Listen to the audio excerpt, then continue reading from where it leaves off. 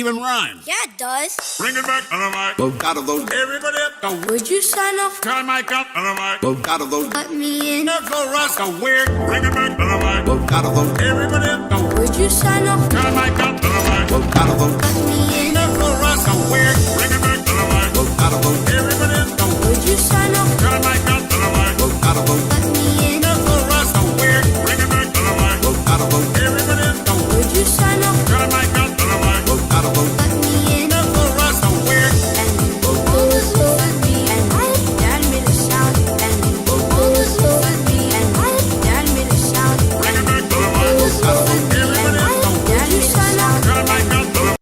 I always forget that little advert. And anyway, hello everyone. Welcome to another DaraChat. My name is Dara Moves, or Dara for short. Now listen, I've been hearing around the grapevine, and some people call me Dara Mouth. That is not true. Those are false allegations. It's Dara Muth.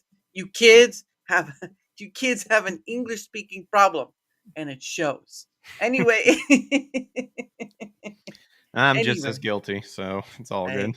Hey, it's all right. I've slipped up a few words here and there, but my education is a little on the rusty side. But anyway, hello everyone, and welcome back. I know I know yesterday was a fun one, but I get to have even funner person. I almost called you at first. I said powder keg. That was little. It's power keg, not. Yeah, it's all good. Funny enough, the way I came about with that name, because I used to do Powder Keg, because I used to do like the angry video game nerd type video game reviews, and I was actually called myself Powder Keg there. Still can be a powder keg, but changed it over to power to like an energy sort of barrel thing from video games. Nice. So you're all good. Yeah. I'm Well, known by any other more names too, so not just those two. Some of them not complimentary, but whatever. Do any of them start with the word trashy? Trash heap? No. Oh, geez. Let's see. Some can't be repeated in front of, children. I guess you can. Well, there are no children here, so there's No, that. Douchebag, asshole. Okay, douchebag is not that bad though. It's not. That's like third grade. Douchebag is like third grade. True, sure. Yeah, garbage can would be another one. People would just Garbage can. Garbage can. Yeah, I mean that's basically like just calling you trash at a certain point. When you can get called trash, hey NGM. When you can get called trash at the end of the day, you've done something right or wrong. Speaking of ginger, I give free passes to everybody. So feel free to use the ginger pass. Drop that hard R however you want. The redhead, is that what you're trying to? Oh, Yep. Do you not Ginger. like redhead? Yeah, I'm legit ginger. Well, I know that, but I'm like, you're saying drop the hard R is like redhead. I didn't know that was like a word, a bad word or anything like that. Oh, ginger? Well, it's. Oh, do we really want to go into the oppression of my people? your people, you're like Mhm. your what is it? Your genetic makeup is subservient, is why it's so difficult for there to be more redheads. Actually, It's a blessing and a curse. On one hand, we just look absolutely amazing. On the other hand, we have to absorb souls to make sure that we live. So, a fair trade-off, I guess one could say. Well, that and redheaded women are more looked fondly than redheaded men. This is true, especially if you are indeed attracted to the opposite sex. Yes. Even if, now I will say there are the few exceptions. If you're a really good looking redheaded man, it's possible. All right. I'm going to say that you got the muscles. I mean, you look 75%. I'm just saying that you look 75%. So you'll That's work. like, what is that? Like a C plus? That's great. 75%. I'm going to give that a B. Let's go with a B there. We'll go with a B. Is it actually B nowadays? Because back in I have no idea. like in my grading school time, like that was like a C. Like 75, 70 was like a C. And I should know this because my parents have been retired. They were both teachers. So I heard all about, they would always come home and be upset of what bullshit what was happening, but they're retired. So they're. Let's see, for school. Okay. Let's see if I can find this out. NGM Studios. I'm just a regular good looking man. That in the end, that's what you could always hope for. You don't want to get beaten by that ugly stick. Well, the genetic ugly stick, because There's a lot Hmm. of that. All right, here we go. I found it. I found the grading for school right there. I have to, The current.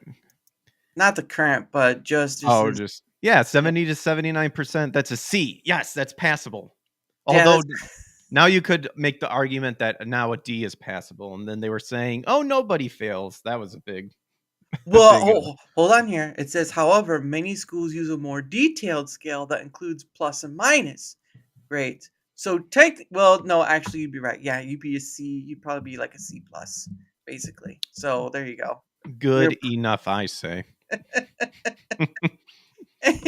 yeah, but usually these are kind of like the grading is sort of with this sort of stuff, the grading is just kind of whatever because how can you grade a learning experience, right? Because everyone learns differently. And so you have learning experience and all that other stuff.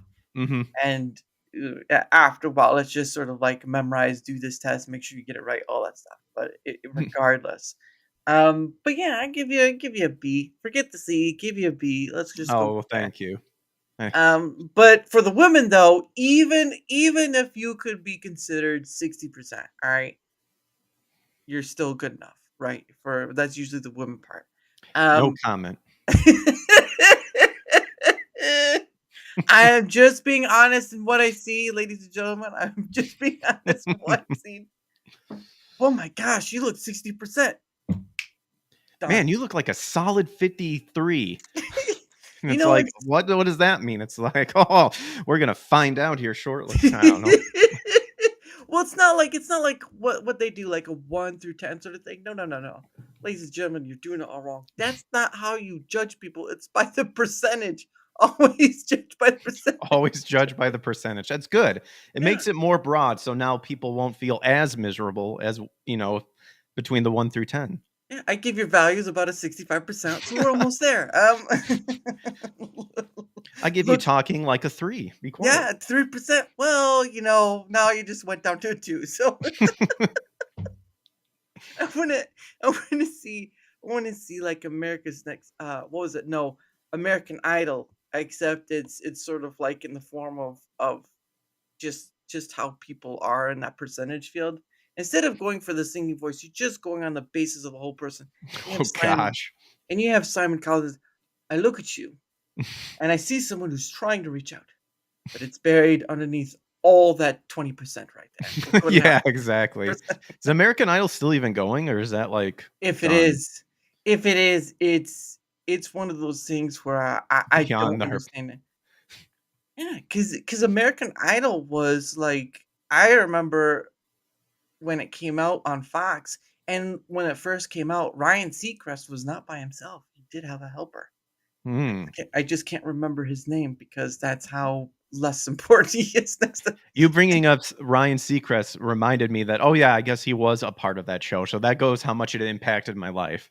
Mm, yeah, now Ryan Seacrest has like does the top 40 and all this other stuff. It's crazy. But I mean, and funny enough, I think he has a kid too. And I'm like, what?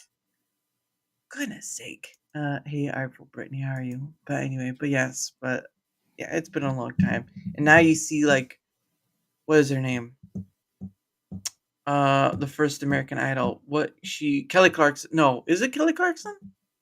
Again, you're you're asking the wrong guy because I don't know. What Now, do you now, yeah, now you got to look up what are the American Idol winners. Knowledge is 15%. Where does this go? Wasn't let's see, because I remember back in high school, Mhm. it wasn't American Idol, or wasn't there another one with like Marty Casey and the Love Hammers? I remember Marty Casey. Well, there's like a whole something like during the like early 70s and 60s, like America's Top Talent or Or Searching for yeah, America's Best, and whatever. what was the other one? Chevelle, the one song, "It's Not Over." Like, didn't he come from something? I Oh yeah, don't yeah, know. no, no, you're talking about Dave. I know it starts with Dave. American. I'll if I could spell American right. American.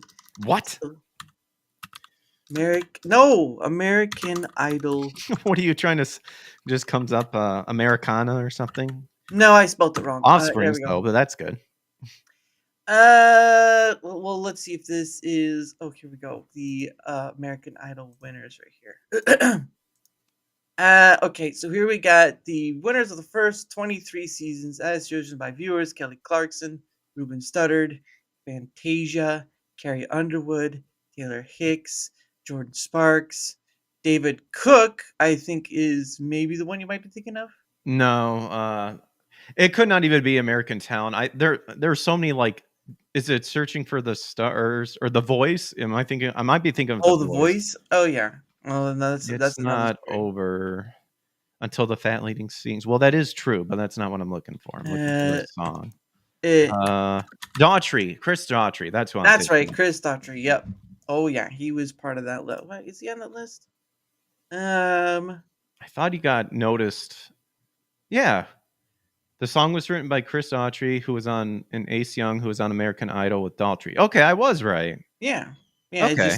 He just wasn't a winner. It looks like. Oh, I mean, yeah, some of those people still got successful even if they didn't get picked. Because, like I mentioned before, Marty Casey, I thought was another one Mm. because he sang the song "Trees." I don't even know what he's doing nowadays. It'll Oh, be you and me up in the trees. Brittany says, "I love Daughtry. He is still making music. Well, that's good. I'm glad he didn't. Glad he didn't wander away from that because he was really good. He has a very powerful voice. When I first heard that song, that's been old. That's when you know you're old. Was like, wait, when was that song again? Oh, that's right, the '90s. Well, yeah, you're talking to someone who grew up in the '90s and early 2000s, and we'll say it was the best of times. Hootie and the Blowfish. Nice. All right, I saw the nod, so I knew he knew. But funny enough, I didn't know. It was some time after that. I didn't know that Darius Rucker had gone to do music, country music. Oh, Darius Rucker. I'm not a big country music person, but I know some of his songs. What is it? Wagon Wheel. Mm, And then I want to say there was one more that I listen to now and then on my playlist. But yeah, my I consider myself a playlist guy. yeah, I didn't really was a huge band follower. I guess I could say the most like the bands or persons I went out of my way to get their CDs were it's a yeah, weird mixture. Weird Al Yankovic, nice. uh, Andrew WK, Hmm, and I'd probably would say Hoobastank, but that's more of my brother. He would yeah, get all of them, and I kind of inherited because I would always hear him playing it, and I yeah. would like to do it. So it's one of those things too. But a lot of my music influences like what my brother was listening to. So those were probably the ones where I went out to get the like CDs and whatnot. But other than that, it's like because it's always one of those things where like to me one of my favorite bands is like I like Breaking Benjamin, and it's because they found a sound and they stuck with it all this Mhm. time for the most part. Like it always for me bothered me whenever bands like kind of change their sound. I understand they can get tired after a while, but Yeah. to me it's like if you were rocking it and you became known because of that distinct sound, I don't see why you wouldn't ride it until the end, you know? Like Hmm. prime example I could give is like Incubus. Like they changed their sound so many times and it was like oh, I like this time of Incubus around, this amount of time, and then they changed their sound. Like Fungus Among Us was different from what is Hmm. it, Stellar and stuff like that. But Yeah. whatever. And I've never heard of Incubus, but I think a pretty good example I could give is probably Coldplay, but not too much, because they started their first album started out like a sort of a slow, swanky sort of thing, Hmm. and then they've started kind of gone up in like the alternative pop sort of stuff. I mean, Yeah. and it was a long time ago. Like when I had first heard of Coldplay, when I think Oh, Viva La Vida. Viva La Vida had come out, and there were some great songs in that. That's where one of those songs became a parody song for a Minecraft video that was done by Captain Sparkles a long time ago. Oh. Um, yeah, that's history right there. But Coldplay for me is like when I first heard Viva La Vida, I was trying to find like where they started from, and their early album was like Yellow or something like that. I can't remember what it was called. I don't know about Coldplay. I do know Viva La Vida, but because Just that one? honestly, yeah. Aside from that, and what is it from the 40-year-old virgin, where they say, you know how I know you're gay? You like Coldplay. I know that because of that joke. But then you have like the same thing too, where people always bash Nickelback. So That's true. it's like, whatever sort of thing. Because Look at this. there's Yeah. look at the photograph. Yeah. Look at this photograph, and it just keeps zooming into the same photograph. Love it. Yeah. Well, oh, hello, Lavistro. Yeah, now with more incubus, succubus. I don't know. No, Lavistro. Calm yourself down. Incubus. Yeah, that's not how you spell incubus anyway. That's a little. Oh, he's probably talking about the band. Well, Incubus doesn't spell it with a K. Yeah, INCUBB, or is it 2B? Whatever. I was yeah. never good with grammar, so whatever.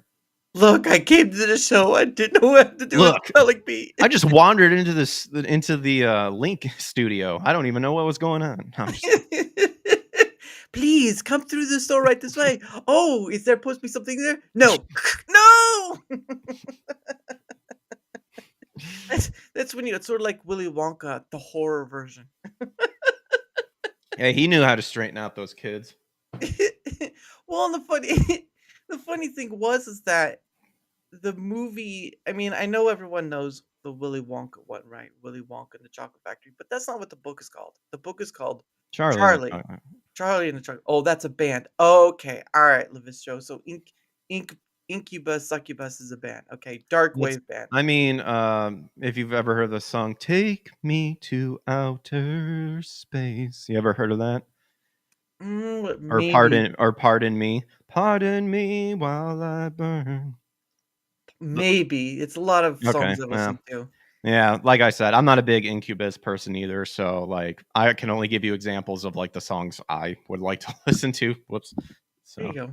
Yeah, and I mean, if again, there's a lot of music I haven't listened to. I mean, probably if you would look through my musical library, you'd probably think mostly like, oh, he's so modern or whatever. Because I mean, there'd be bands like probably more English bands. Because again, Coldplay, mhm. Gorillaz was another one. Really like Oh yeah, Gorillaz. I know Gorillaz.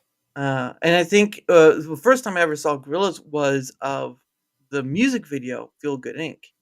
That's when I ever heard of them, and that music. If you were to go on YouTube right now, you probably look at that music video, and it probably has almost over 150 million views at this point. I'm It's so sure. crazy.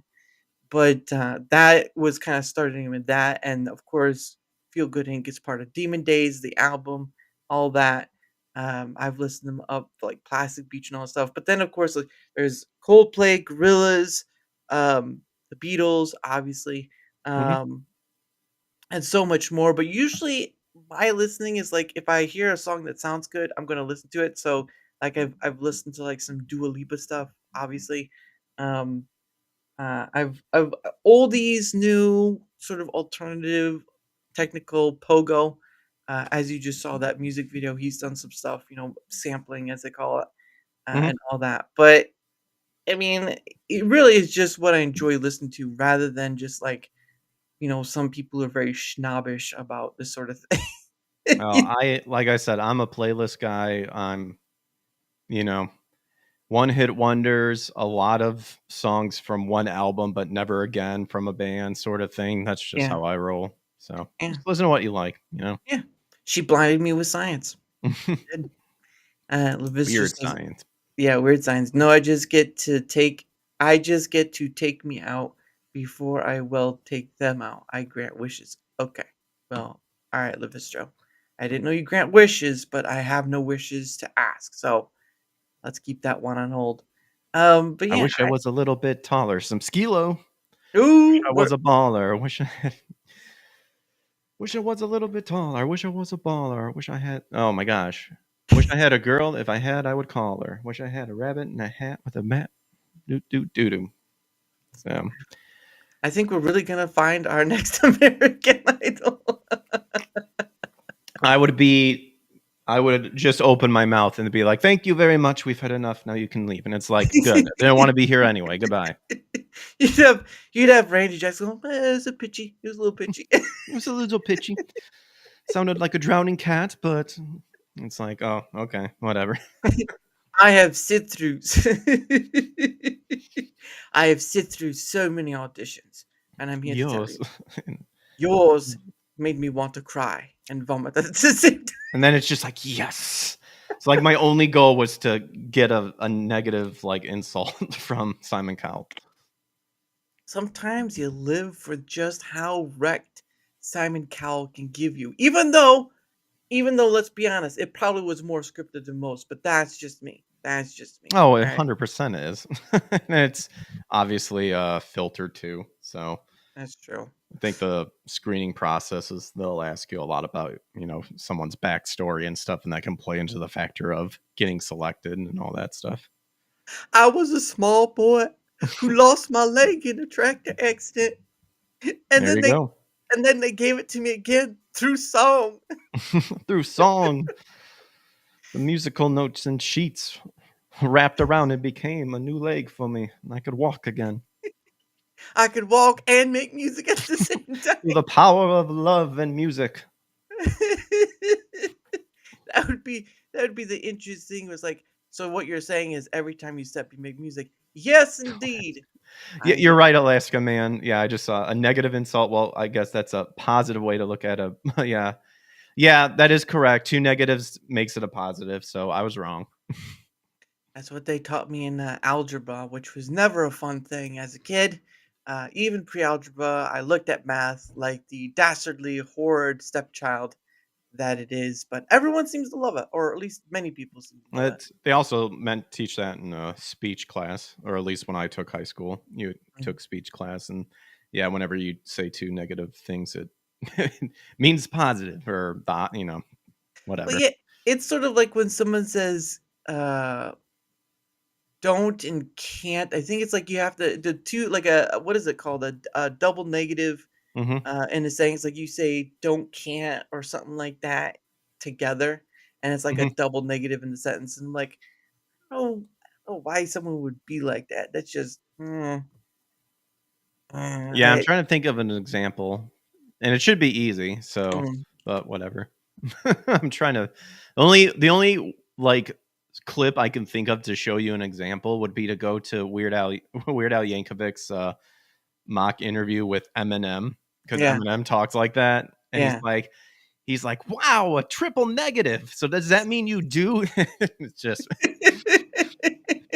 you don't do no or something like that. It's like, wow, a triple negative. It's like only Weird Al would point out something like that, but apparently I do as well. So whatever. Crazy. And Alaska Man Jeff says, my college speech class involved 5 papers and 12-minute speech for a whole semester. Yep. Oh man, I remember that. I remember a time where my paper fell from the sky and I had to say it out loud. Oh wow, really? I didn't know that. Weird Al will be in Alaska next month. All right, Dude, what a baller. that'll be pretty awesome. It's better to do it now than when winter comes, because when winter comes, your plane will probably freeze in the air, and then it'll be hard to land. I can say I've seen Weird Al live once in my life. So Hmm? that was his Running with Scissors tour back in 1999. Wow, just right before the Y2K mishap. I know, exactly. I was very disappointed that nothing happened. Yeah, well, and it's a funny My thing. body was ready for anything. And then nothing happened, and it was like, what's the point of living anymore? Someday I wish. No, I just remember. I can't. Let's see. 2000s. It's 25. So no, it's 2025. So 25 years back, I'd be 12 probably. Yeah, that's how old I remember.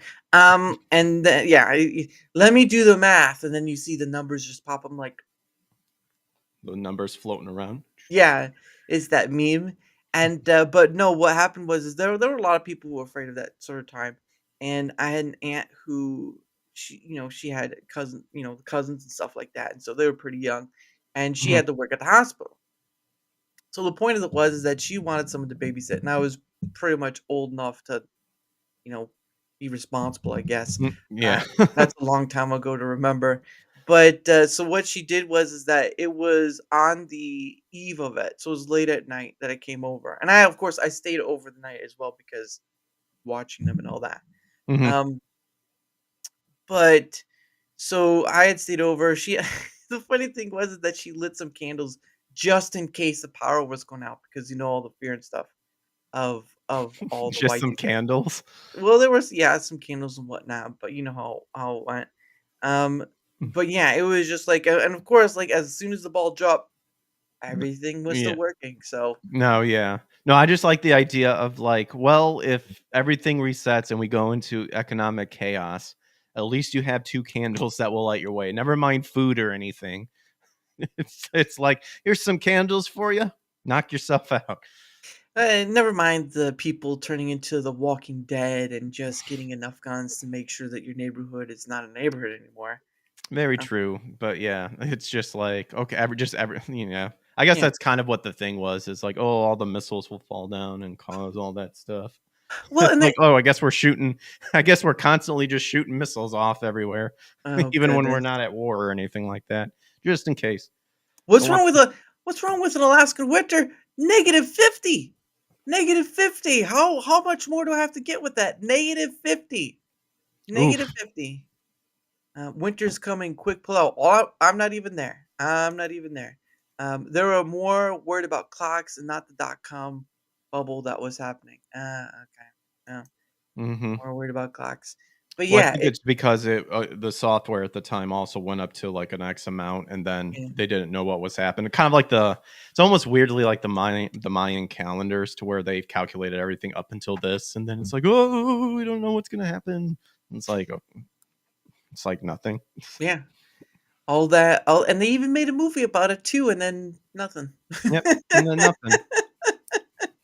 Let me tell you, what was it? They made another one about like no, it was no actually. Well, that was the movie where there's like The Rock was in it. And then imagine like California got hit by an earthquake or something like that, and all this. It was just What was it? Isn't it just called like 2022 or 2012. something? No, 2012. 2012 2012. was 2012 was what it was called. Just because of that. But yeah, I mean, Oh, 2022. Gosh, my timelines are so messed up. It's like, ugh. you're an old man. I PK am. I'm a It's okay. whopping 37. So, Well, okay, that's not that old, but we're getting there. But for me, it's just I don't when you talk about stuff like that, especially when you talk about something like COVID, really think that was probably the whole you know, before and there's always been times where you have that, stuff where you have, making people afraid or whatnot, and 2012 really didn't do much, but it still was a precursor to what anything else could be later on. I mean, of course, then you had, like, a year 2 years later, you had September 11th, and then the war, all that stuff. It's just it really is, like, I think people forget there are precursors to all the thing of, like, COVID or whatnot. It's just one after the other. hmm. That makes sense. No, yeah, I get you. 2012, the Doomsday Prepper's Fantasy Dream. I think every day they keep hearing on the news of how close we're getting to the Doomsday Clock is their dream. Such a terrible movie. Well, thank goodness I never watched it. I didn't watch it either. So, Never cared for that stuff anyway. But PKG man, what mhm. you what you been up to? I mean, how long you been doing this stuff? I know you create the content, but like how long you been doing this? You been doing this like since you were a child or what? No. I guess in terms of like the content and the streaming and whatnot. I mean, my YouTube channel was like back in 2010, because I remember, because back in college, YouTube was like, it was the beginning of Yeah. YouTube, and that was actually a lot of the discussion of that time is what it's doing to the future, like how it's going to impact the future in the early stages and whatnot, Mhm, and made some content, but more for like classes and stuff like that. But didn't really take it seriously per se. mhm, I would probably say maybe 2000. Mm, I feel like it's in increments, like 2000. Like YouTube channel started 2010, so probably around 2000, like maybe 15 or 16 is kind of when it's like, okay, I'm going to try to do more of this stuff. And then probably the past like 4 years currently, um, try to really take it seriously and stuff like that. So, Mhm. in terms of like being there in the beginning, I was, but more so just being more lurkish than Yeah. actually participating in the future. Because back in the day, a lot of people did, yeah, like, share, and repost, don't be square. Wow, Love it. thank you, duct tape. Um, no, you were saying, sorry. Oh no worries. Yeah, I didn't participate in a whole lot of like the content and whatnot, more so lurking and whatnot. Mhm. And then I guess you could say influence wise in terms of like enjoying video games. I always enjoyed video games. That was something I gravitated toward to since childhood. I had a Mhm. Nintendo. And then content wise, I'm sure everyone would say, AVGN is the big influencer. That would be the Angry Video Game Nerd, if anybody doesn't know that. Right. Your nostalgia critic is what I would watch too. So a lot of pop culture sort of stuff too. And because that's something I'm passionate about, Mhm. specific areas, specifically video games and anime and whatnot. Ooh. That's something, yeah. I would probably say my interest in pop culture is like my interest in playlist stuff. There's certain stuff that I can get behind a whole series, and then other stuff where it's like I like that element sort of stuff. I will say with comics though, kind of more lower on the list for me, just because I read more manga than Mhm. comics. But I do enjoy. I'm trying to get more into comics because I always did like Spider-Man and whatnot Yeah. and Venom. I liked that sort of stuff. I guess I also really like Garfield, if you want to consider Yeah. that. So Not I gonna guess argue against you that. got comics that way, and then I guess you could say Mhm. more graphic novels if you want to say like Yeah. that. So I'm trying to read more Spider-Man. I've got The Last Ronin. I did like Teenage Mutant Ninja Turtles and all that stuff. So Mhm. And then duct tape says, "Wow, as a kid, I had nothing. Then there was no such thing. Then the Atari came out with Pong." oh yeah, I didn't grow up with Atari. I don't really think I knew anyone with an Atari. Nintendo was my origin. Oh, yeah. I remember playing my cousin had the original NES, and I remember at times you'd have to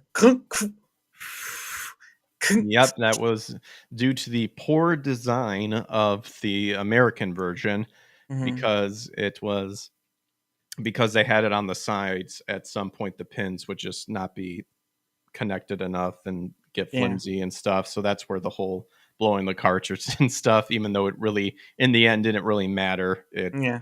made you feel like you did something to fix it. That was one of the things that because I still have my original Sega Genesis because once after Oh. Nintendo, yeah, I still got my Sega Genesis from long, long ago. And that's Mhm. one of the things I was a little sad about is, I mean, sadly, the retro area is getting expensive and Yeah.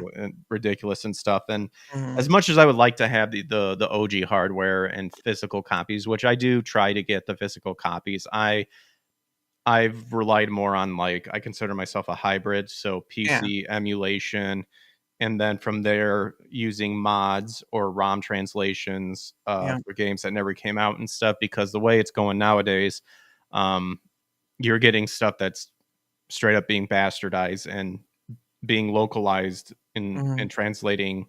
phrases and all that stuff that's not correct and all that stuff. Yeah. And it's like we have to now resort to people modding stuff and stuff because we can't rely on the companies to be like just give the game on how the creators wanted the game to be present.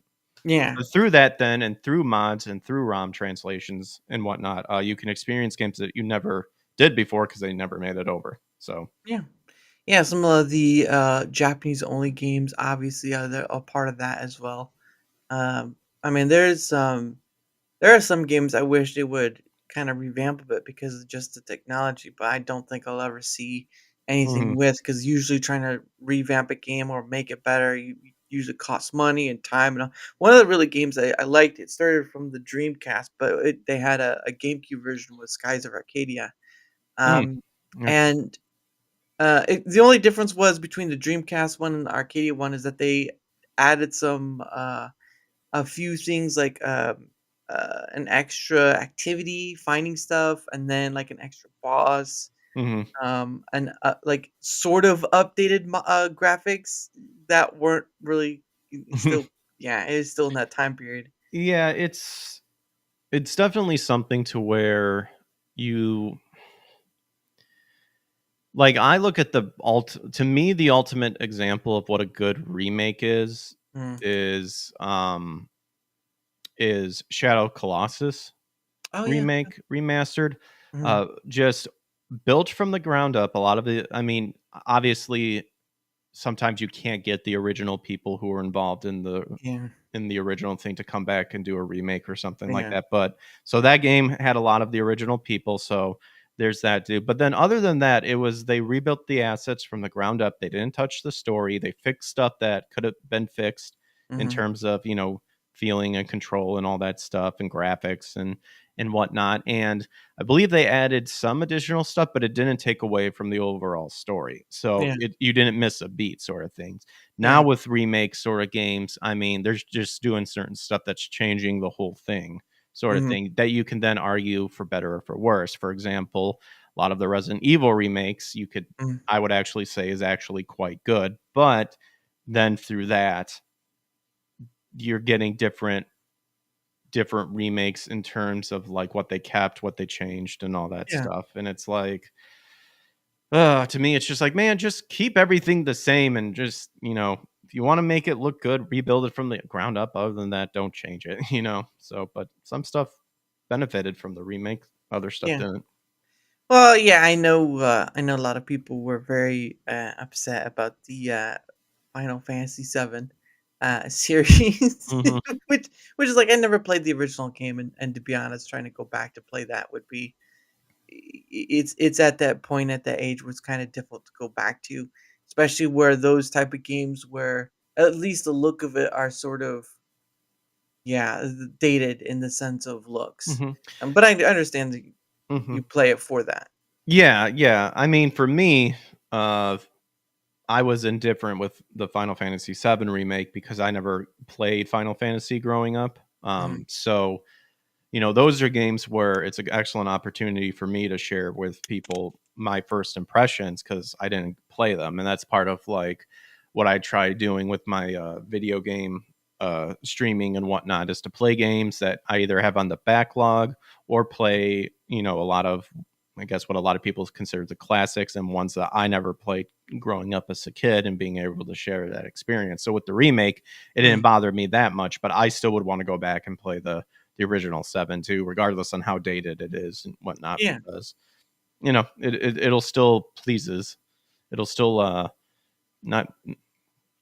Let me rephrase that. It'll still connect with people in Yeah. terms of being able to share that for people, especially if it's like someone's first time too, because Mhm. sometimes you just get the joy of remembering something you did from the past and then seeing somebody else Mhm. experiencing it for the first time and being there with people.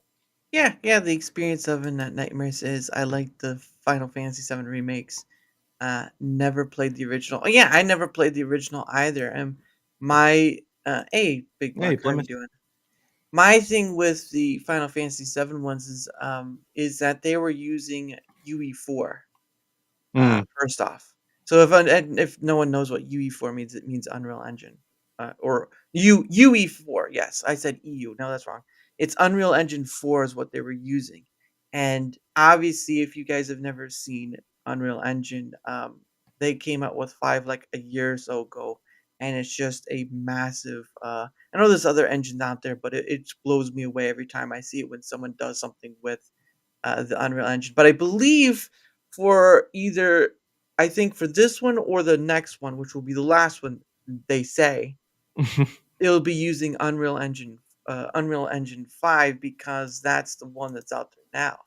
And just, I think in most part, the story is what people had most complaints with, but to be able to see the character was sort of like this blocky, polygony sort of thing.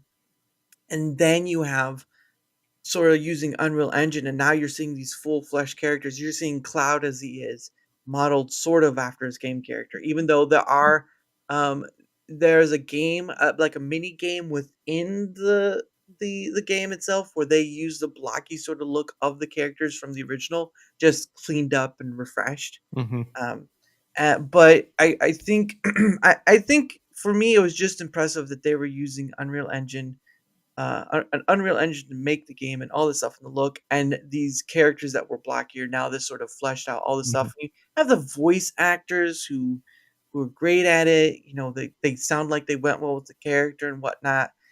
Even though when you're dubbing a video game character, you can always tell that maybe the dub doesn't always match up.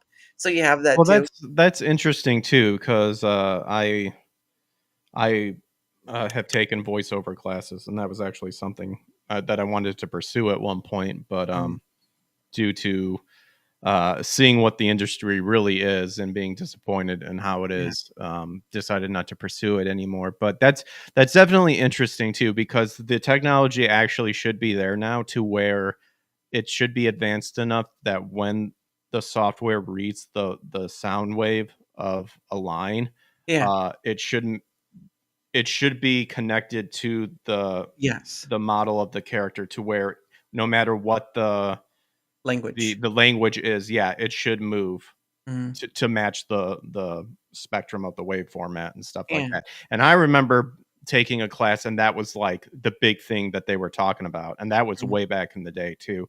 So to yeah, me, there's really no excuse anymore to do it, unless of course it's like a pre-rendered cutscene, yeah, that you see like back like in the PlayStation days and stuff like that. Then I yeah, can understand it. But a lot of those cutscenes are now just straight in the game. They're not pre-rendered and all that stuff. yeah, So yeah.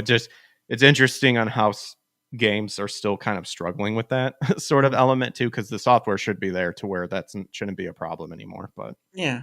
Well, and that kind of reminds me of, I think that reminds me of Witcher 3, because that's where that kind of thing was happening, where you'd have the different languages and it would match with the lip flaps. Obviously, The Witcher 3, Polish, so you're going to have the Polish actor and all that stuff, and the words of that. But you come to the English side, which is, of course, what I know, mhm. and you have Doug Cockle, who's the voice of Geralt, and you. So it's funny because you have majority of it being English, Scottish, Welsh, and all that sort of voicing, and you have very few American actors. You have, I think, no, it's not Siri. Uh, redhead sorceress. Not Yennefer, but Triss. Triss is the voice actor for Triss is American, obviously, and then of course Geralt is voiced by American, but the rest are usually voiced by that middle of Scottish, English, and Welsh and all that. Hmm. Um, Interesting. Yeah, The Witcher 3 has been on my backlog, I think, for a little bit. So, but I know some about it, but yeah, yeah, that's it interesting too. So, yeah, and it's not and the hey Gina, how are you? Hope you're doing well. And before we go further, Fight like says Unreal is what exists so that people don't have to use Unity. Well, oh I'm sure. man, I had to use Unity in one of my college classes back in the day. I remember Unity. Oh boy. Was it unifying? Not when you had no idea how to use anything and you went to a college that apparently just basic fundamentals of the software is considered me holding your hand. You should figure it out yourself. It's like, Wow. oh my gosh. Yeah, I have a degree in Bachelor of Fine Arts, and Oh, I did pass. I did get it, but nice. to say the learning experience could have been way better. Yeah. So could you say, if you were to go to an art gallery and someone asks you, "Oh, what is this?" and you could say, "Well, let me tell you about it starting in 16 to 100."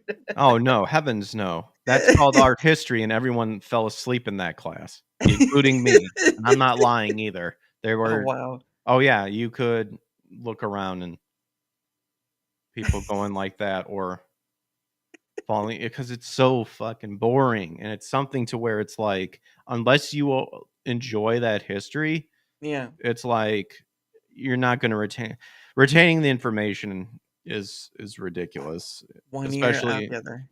Yeah, well, one year out the other, and then they have like general classes, Oh, general education that they want you to do, and it's like, okay, we literally done all that from like preschool all the way up to here. Like, why do Mhm. we need to take gen eds anymore? It makes no Yeah. sense. Like, I'm here to focus specifically on whatever it is I'm interested in. Why are you bothering me with, again, this bullshit? So, Yeah. And Brittany says, I didn't fall asleep, but I'm also goody two shoes and love school. Well, there you well, go. some of us aren't artful Brittany. So, you enjoy being able to having the ability to stay awake in art history. I did I did not. Hey, then fight like hell. Rococo period. Explain it now, Brittany. I want to know. Oh, Explain the uh, Rococo period. oh goodness. A fight like hell says, I resent that. Art history is like the only interesting art course. Oh, that's 2 for 1 right there. It's okay to be wrong, everybody. It's okay to be wrong. I know I'm a guest and you're trying to be nice to the guest. You don't need to suck up to me. Just admit that, yes, you're right, Greg. Yes, yeah, we know it sucks. It's all right. All right. Don't worry. In this corner is one ginger man ready to fight it out. In another corner is a I'll bunch of duke people it in out to the chat. death, my friend. No, that's good too.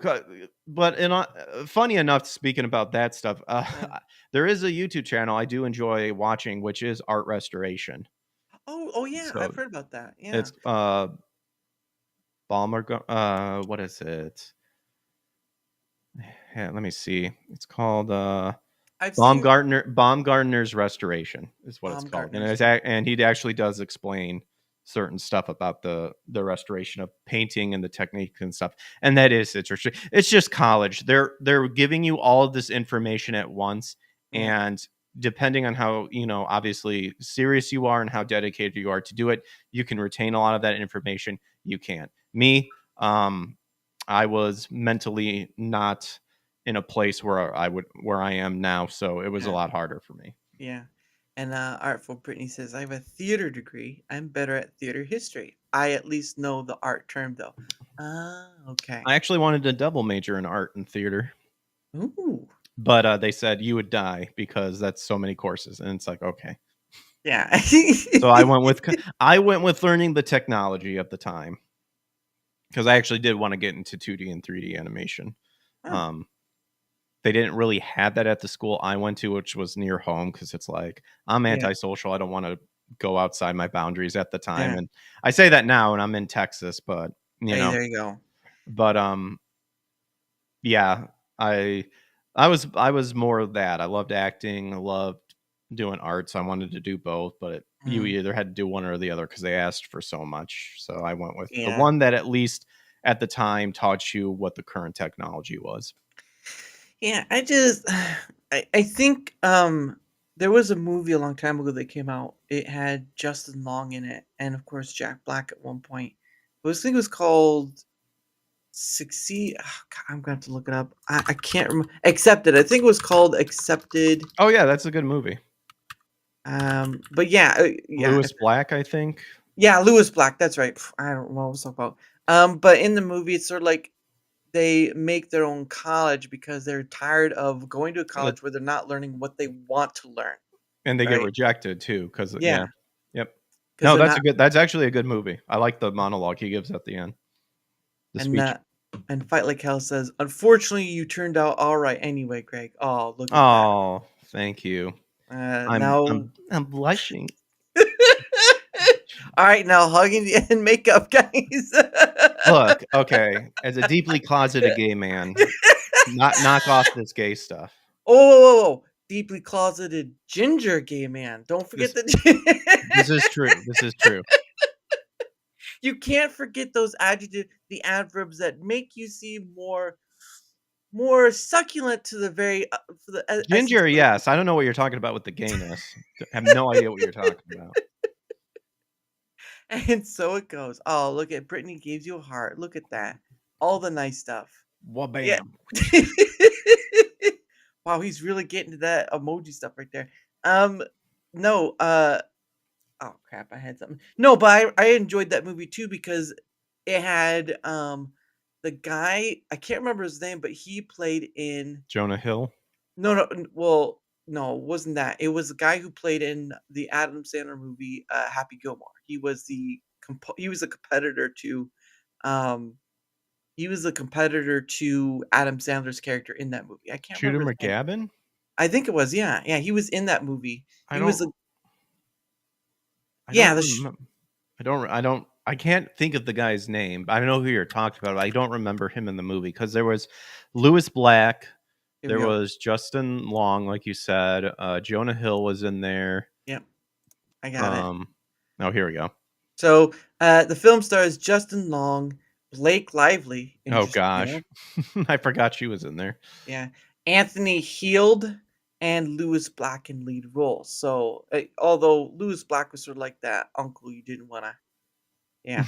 Um, but yeah, Oh yeah, it's shit. yeah. The South Harmon Institute of Technology. Yeah. I want to see if I can find the IDMB. There we go. Oh, 6.4. Not bad, guys. Let's see. Let's look at this. So you got Justin Long, you got Jonah Hill, you got Blake Lively, you got Adam Hirschman, who was the headband smoke pot person, I think. You had I think he should be, is he not? Oh well, I guess I was misremembering then. I thought I'm it was like racking my brain. I don't remember seeing him in the movie, but maybe I was wrong because I know they had like I different, I people pop in here and there. yeah, I thought he was in the movie, but I actually might be wrong. I thought he was in the movie as the bad guy in it, but yeah, never Well, I know. think the bad guy was the guy who were trying to shut down the school, the other school, the Yeah, dean from that school. yeah, yeah. South Harmon Institute of Technology. Yes, Oh my gosh. But yeah, I really did like this movie. But I mean, it it was a kind good of one. It's one of those 2000 movies, 2006, I believe. two 2000, yeah, 2006 PG-13, hour and 30 minutes, Oh, 6.0. remember when movies were that? Yeah. They got in and out. Well, that was in the movie too as well. But Yep, but you I mean, in and out. the movie itself was about something that kind of showed that current college is sort of like Hmm. it really it really is a force of you're paying to learn something you don't even care about because what's the point of learning if you're not interested? And again, there are some important things like doctor or whatever you kind of need to learn how to do, and sometimes you kind of have to fight to learn it. But Hmm. if you're interested in learning it, and of course you've had some form of direction, like the interest growing over time, then consider that pursue that path. But college just feels like a press and stamp. It really doesn't feel like Hmm. anything of a one, and that's what that movie was about. Is like Well, they made that's them college. yeah, and that's kind of uh, some can debate it. The lie of kind of what people back in my time kind of told me is that you got to go to college. Yeah. You got to go to college. You got to get that experience. You got to learn X, Y, Z, and then you'll get a job right away. And it turned out Yeah. that that's a lot of times that's not true, regardless of what field you went in. Yeah. Sort of thing. Um, and now it's like it's not even worth going to college anymore. If you want some sort of if you want to learn if you want to learn something that you're passionate about, you can now just take either an online course or go to trading school or something like that. You Or know, or do YouTube it? Because basically Mm, you can you just watch fail at a life. Yep, you suck. Yeah. Let me watch a few YouTube videos about nuclear fusion. Oh yeah. Hey, that's not bad. I know I'm currently studying for like medical coding and stuff, and there's some good YouTube videos out there. What's that? Is that like making Medical security? coding, Yeah, it's CPC. Medical coding is pretty much it's the people who, when the doctors, whoever fill out, like write out like all of their, all the paperwork and stuff like that, and then need to go file it or send mhm, it to like the insurance companies and stuff. We pretty much translate that into code. yeah, So if they did like, if they did this sort of operation, it's this operation's like 88010 something, yeah, and then you use the ICD 10 CM like, and then you explain that stuff, and you're pretty much just translating that into code, and then from there you can kind of branch out and like narrow down on like a specific area that you might be interested in. Oh, nice. Yeah, because So I never knew it like that. I just know like there are people who work in the industry. They do like not mhm. customer service, but billing or Yeah, billings, like you're right. Billings can be a part of it yeah, too. The other stuff is also like, obviously when you give, if you don't want to give them a thick piece of paper to like the insurance company and be like, boom, all right, read all that and do that. They've condensed it down into where now it's like it's code. yeah. Okay, so this person came in during this time and they got this, or they were Mhm, here to do a checkup on this. You read it, make sure you understand what they're here for and all that, and then you put it into code, mhm. send it on its way. That's what I'm learning right now. I haven't gotten certified yet, Hey, but on your way, man. I'm on my way. Yeah, trying to get the stable, the more stabler job, and then Yeah. try to, obviously I would love to do the social content and stuff on the side. And, Mhm. if down the road it comes to it to where it flip flops, then that's great. If not, then, that's all right too. There you go. Whatever the good Lord has in mind, that's what I'm doing. On the road again. And Fight Lake Hell says, "Where'd you get your doctorate in physics? Trade school or YouTube?" YouTube, baby. It's pretty crazy on how you would think some of that's like, who would ever look this up, but it's like some people there's some prominent, like, you guess you could say prominent people that Mhm. have a good following of just sharing what their job is. It's Yeah. crazy, which Yeah, is nothing wrong with that. yeah, there's actually an example of that. It's in a different country. There's an Australian plumber. Not I don't know if call a plumber, but they clear out pipes and stuff. Like if something's backed up or whatever, they kind of clear that out and whatnot. And he goes around. He that's his job, right? That's his job. But he goes and he records all that. Oh, Um, cool. yeah, and all that stuff and trains Is that, them. wait, is he the guy that, like, sometimes they'll set it up to where they like push an insane amount of water to like shoot out all like the rust and shit and all there? Is that what he It's does? It's like well, he does. It's like a pressure washer thing inside, and sometimes they use different bits in order to get, like, tree roots and all that stuff and Oh, cool. unclog there. Interesting. I think drain cleaning is the name of the, Boulder Dash. I think drain cleaning is the name of the hold on, I got it. Drain Yeah. Addict. Drain Addict is the name of the channel on Okay. YouTube because he's Australian, yeah, Oh, cool. yeah.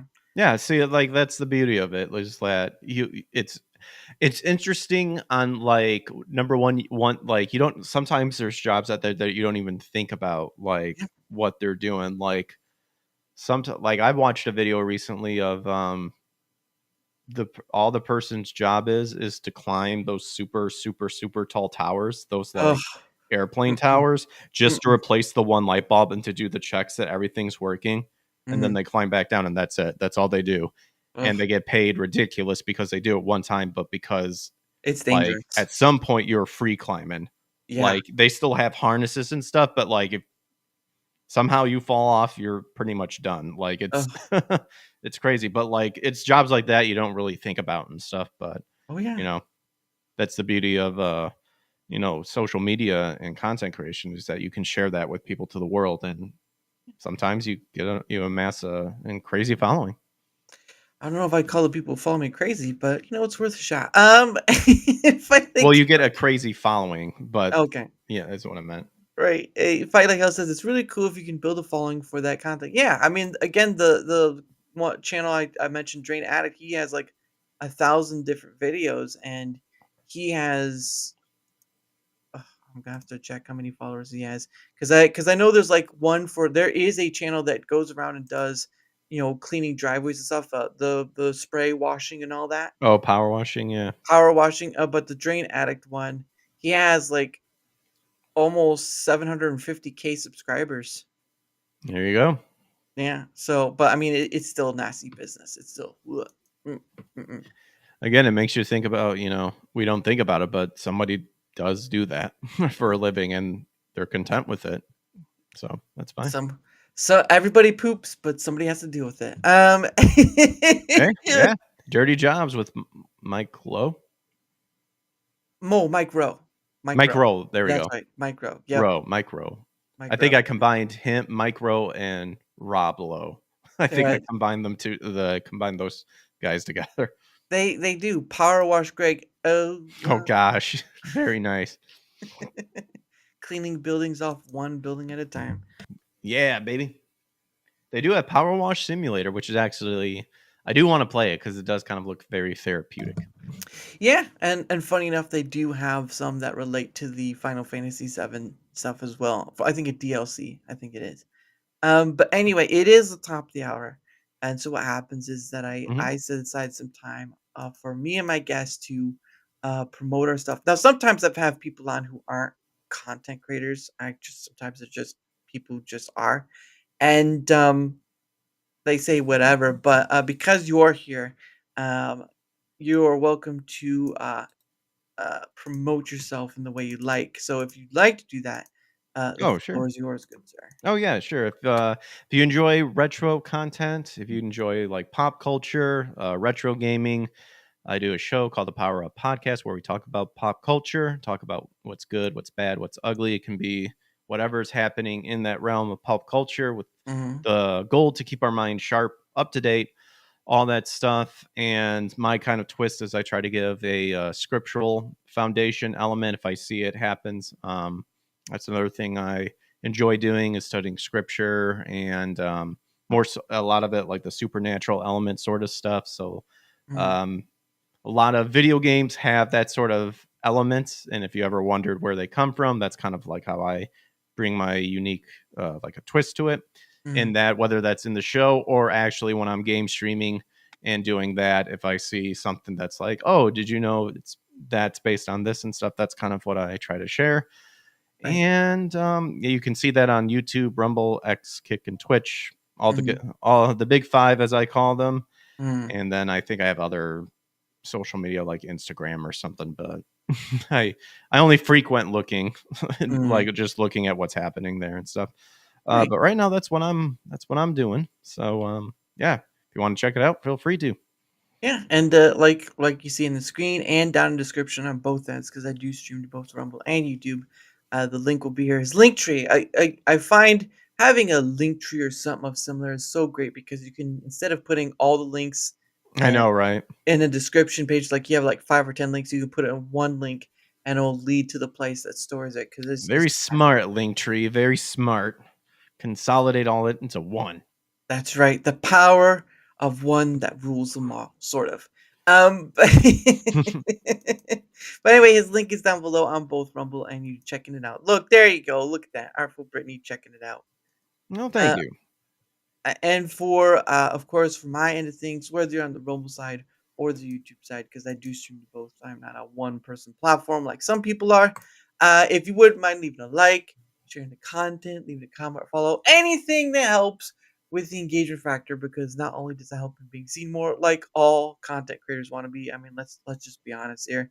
It also helps in having other people on, like PKG, like um like Tomby, like Alaska Man Jeff. Alaska Man Jeff has been on like my guest yesterday, like uh Killer Ooh, Mike Cat. So many people. At the end of the day, I've had on over 200 various guests. I've had nice. on. Good Um, job, dude. and I didn't start doing the conversational thing until like November of 2023. So Oh, it's not even cool. been 2 years. Yeah. But I didn't do it like the daily thing I have until May of last year. So Mm, it was sporadic until then. So like this is mostly it's not filled yet, but I didn't even whatever. It's not mostly filled yet, but this is what my calendar usually looks like. There's more, but I haven't filled it up. nice. So Better than me. So you're good. well, it's not like it's not well, maybe to some degree it is, but it's not like a competitiveness. It's more of Oh like no, I'm just saying. yeah. Yeah, Well, I'm just fucking around. it's all right. Well, it's more for me. It's more of like you have a lot of content creators who are 5,000, 10,000 people or whatever, and they really just only invite on other people that are content creators. And there's a reason. I understand, right? it's in Mhm. your niche, or it's someone that can raise your status or whatever. And content creators, they build a community, all this stuff. Plus, if you don't know the person, you're kind of leery of bringing them on because there's a whole they didn't show up, so I have nothing to do. But Mhm.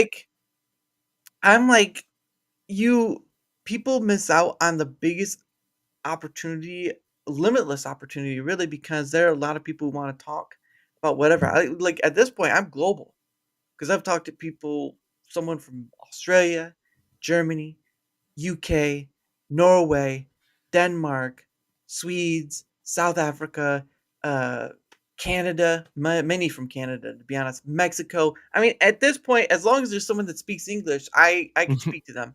Um, but I mean, it's not an easy thing. I'm not saying that there isn't some hard work to it. It's just there's a missed opportunity by a lot of people, and part of it's understandable. It's like you don't understand. You have the ability to reach out to so many people and to have them on as guests. One on one is better because I've seen some of those panel shows, but Oh yeah. it's Panels. just yeah, it's just chaotic. But some people like that. No, I was just saying better than me because I'm antisocial. So good job. Well, there's a difference between on screen. There's only a little difference between on screen and in person because you have to the backstage drama is probably the hardest. The backstage drama is the shittiest thing I've had to deal with since even coming to this thing. That's why I call it the content creator sphere because it's just this huge sphere full of content creators. And somehow, some way, there are a bunch of people that call themselves adults and yet they still act like children. How surprising is that? Didn't know. I don't Mm. know. Whatever. Half But the time I've learned that they're not even worth your time. yeah, unfortunately, but sometimes you step on a landmine you didn't know was there, so that happens. Yeah. Um, but for my where to find me at to get that out of the way, you can go to that link down below. My own sort of link tree. All right, Nice. go down there. You can find my Twitter X. You can find my email. There is a link to Discord, but it's mostly just for DMing. I'm not interested in making a server. There's just too much, and I only have some limited bandwidth. I have seen some of these content creators and the media kits they make. Sorry, it's just not me. So there you go for that. Oh man, I have a Discord Mhm. in terms of like an account and stuff, and maybe I started one up, and like it's just like, dude, I never got on board with the Discord thing. Like to me, it's Yeah, just like, oh my gosh. It's like it's bad enough I have to or not bad enough. It's like, man, I'm putting all this energy into doing this stuff too, and that just feels like a whole nother thing. And it's like yeah. always, and plus it's always like at the end, it's like the ones you join, it's like the Discord of whoever it Mhm. is like sometimes not even on most of the time or something. So it's like, why even? I Yeah, understand why having it, and stuff like that, and the whole building the community thing. I don't know. yeah.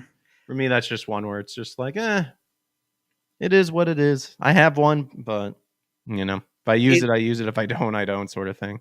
yeah, and for me, it's just like I have a full-time job and I do this thing because I enjoy doing it. Getting to talk to you and many others. But doing all this stuff that you're supposed to do or whatever to be successful is kind of a misnomer because this being successful is dependent on the individual and what they view as success. Many of them are going to view like big numbers, big viewer, big followers, money, much, all the sponsorships and all this. I'm like, that's great, I guess. But for me, it's like my biggest success is I've gotten to talk to over 200 various guests, creator or not. Hmm. I think That's I'm great. pretty good. I think I'm pretty good with that success. Usually, the people that kind of have that mentality are usually fake, or Hard driven, I would see for some of them.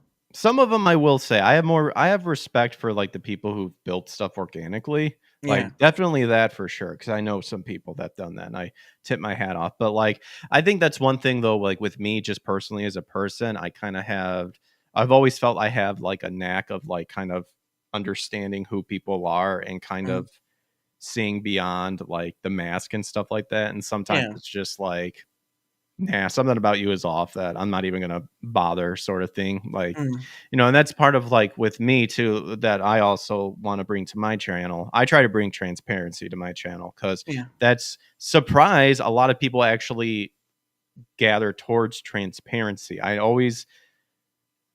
It's fine. It's like okay after a while, but we've seen big people who at one point they make that video that's like, been doing this for a long time and I just didn't feel like myself. I feel Yeah. like I couldn't do it. And it's just like, okay, well, to me, you're telling me you put on this fake mask all this time. And Mhm. then, and because you feel so trapped into it, now you've got to go and be now I want to make stuff just for me, or like now I just want to Mhm. be just me or something. It's like in my mind, it's like, why not just be yourself to begin with? Some Yeah. people won't like you, some people will. Don't worry about the people who won't like you, because chances are they never would have liked you anyway and stuff. So, that's what I try to bring with my channel is transparency. Obviously, I'm not sharing you like my deepest, darkest secrets or whatever, and whatnot. but it to me, it always seems to stem back to where you just see those big channels, and at one point they drop that video of like, I didn't feel like myself. I didn't feel, Yeah. I was getting burnt out. I was getting like Yeah. this and stuff. It's like, okay, well, and yeah, some people literally just do it with the hopes, yeah, to make the money, to get fame and all that Mhm. stuff. Um, and that's the other thing too, is like, yeah, there, to me, there's nothing wrong if you want to make this into a business, Mhm. and understanding that don't feel bad to say like, yeah, I'd like to see this become something that I can live off of. There's nothing wrong with that. But Mhm. at the end of the day, it's like, we kind of seen how far with certain mentality of how far you go with and what that leads to in the end. And it always Yeah. seems that people are never really satisfied with stuff. So that's what I ultimately try to do, is be transparent, be myself, Yeah. kind of what you see is what you get, and if you don't like it, that's cool. Fuck you, sort of.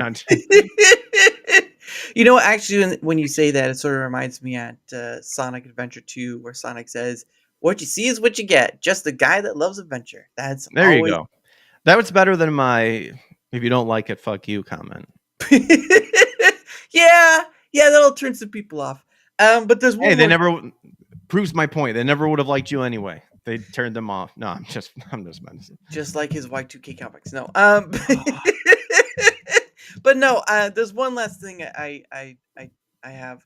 Mhm, So obviously I am part of the Bumble Creator Program, but that's gonna most likely end at the end of this month.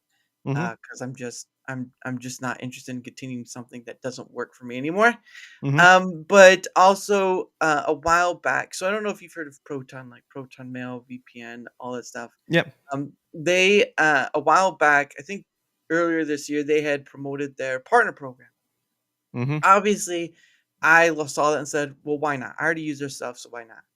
And so I filled out all their paperwork and stuff. Eventually filling out, I'm like, "Well, I'm most likely not gonna get it anyway," because usually when you have sponsorships or affiliates, whatever, they're usually looking for someone with big numbers who can sell all this stuff. So I was mhm, like, "I'm probably not good anyway, but I'm gonna try." So I send all my stuff in, and then probably maybe 24 to 40 hours later, I hear something back saying you're in. I'm like, "Are you are you sure about that?" So it's like, so now what do I do?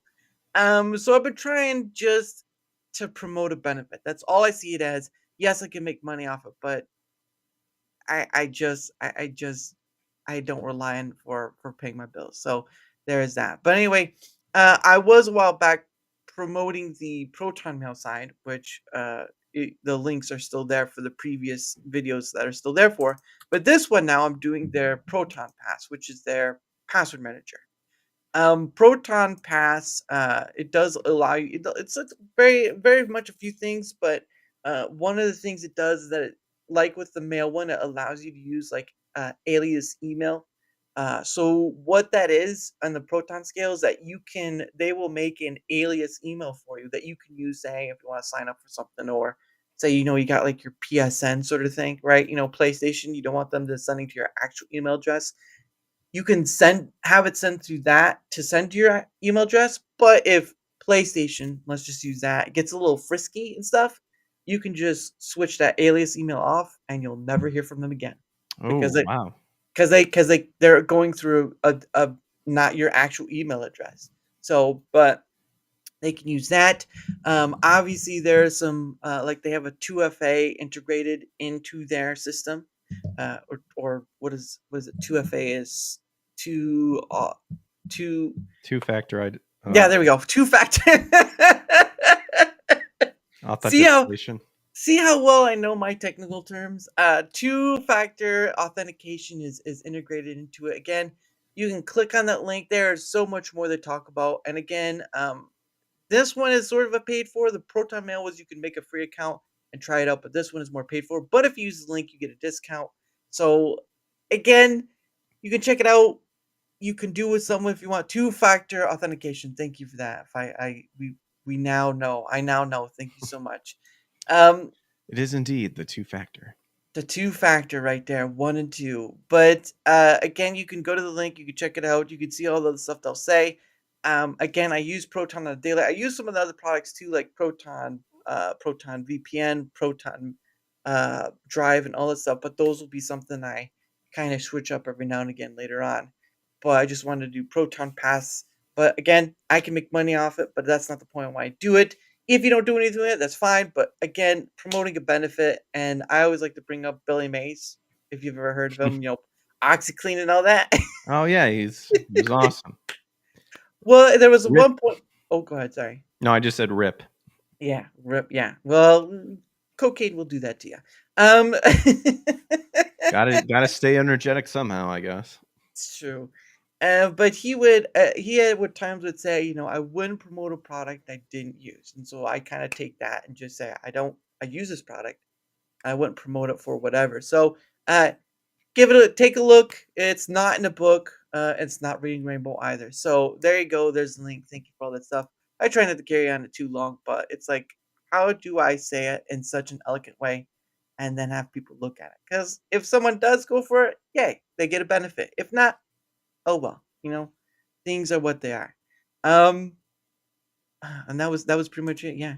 Uh, I had something too, and I completely forgot. No, so you stream. So I did want to ask, like, you do stream Hmm. multiple platforms, and you did say that the big five or whatever. But I wanted to ask, like, what has been your experience with the platforms you stream to, and because it kind of leads me to my other thing. But I want to go just your experience and the different platforms first.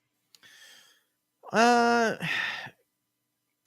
I guess I can say at least with the big five.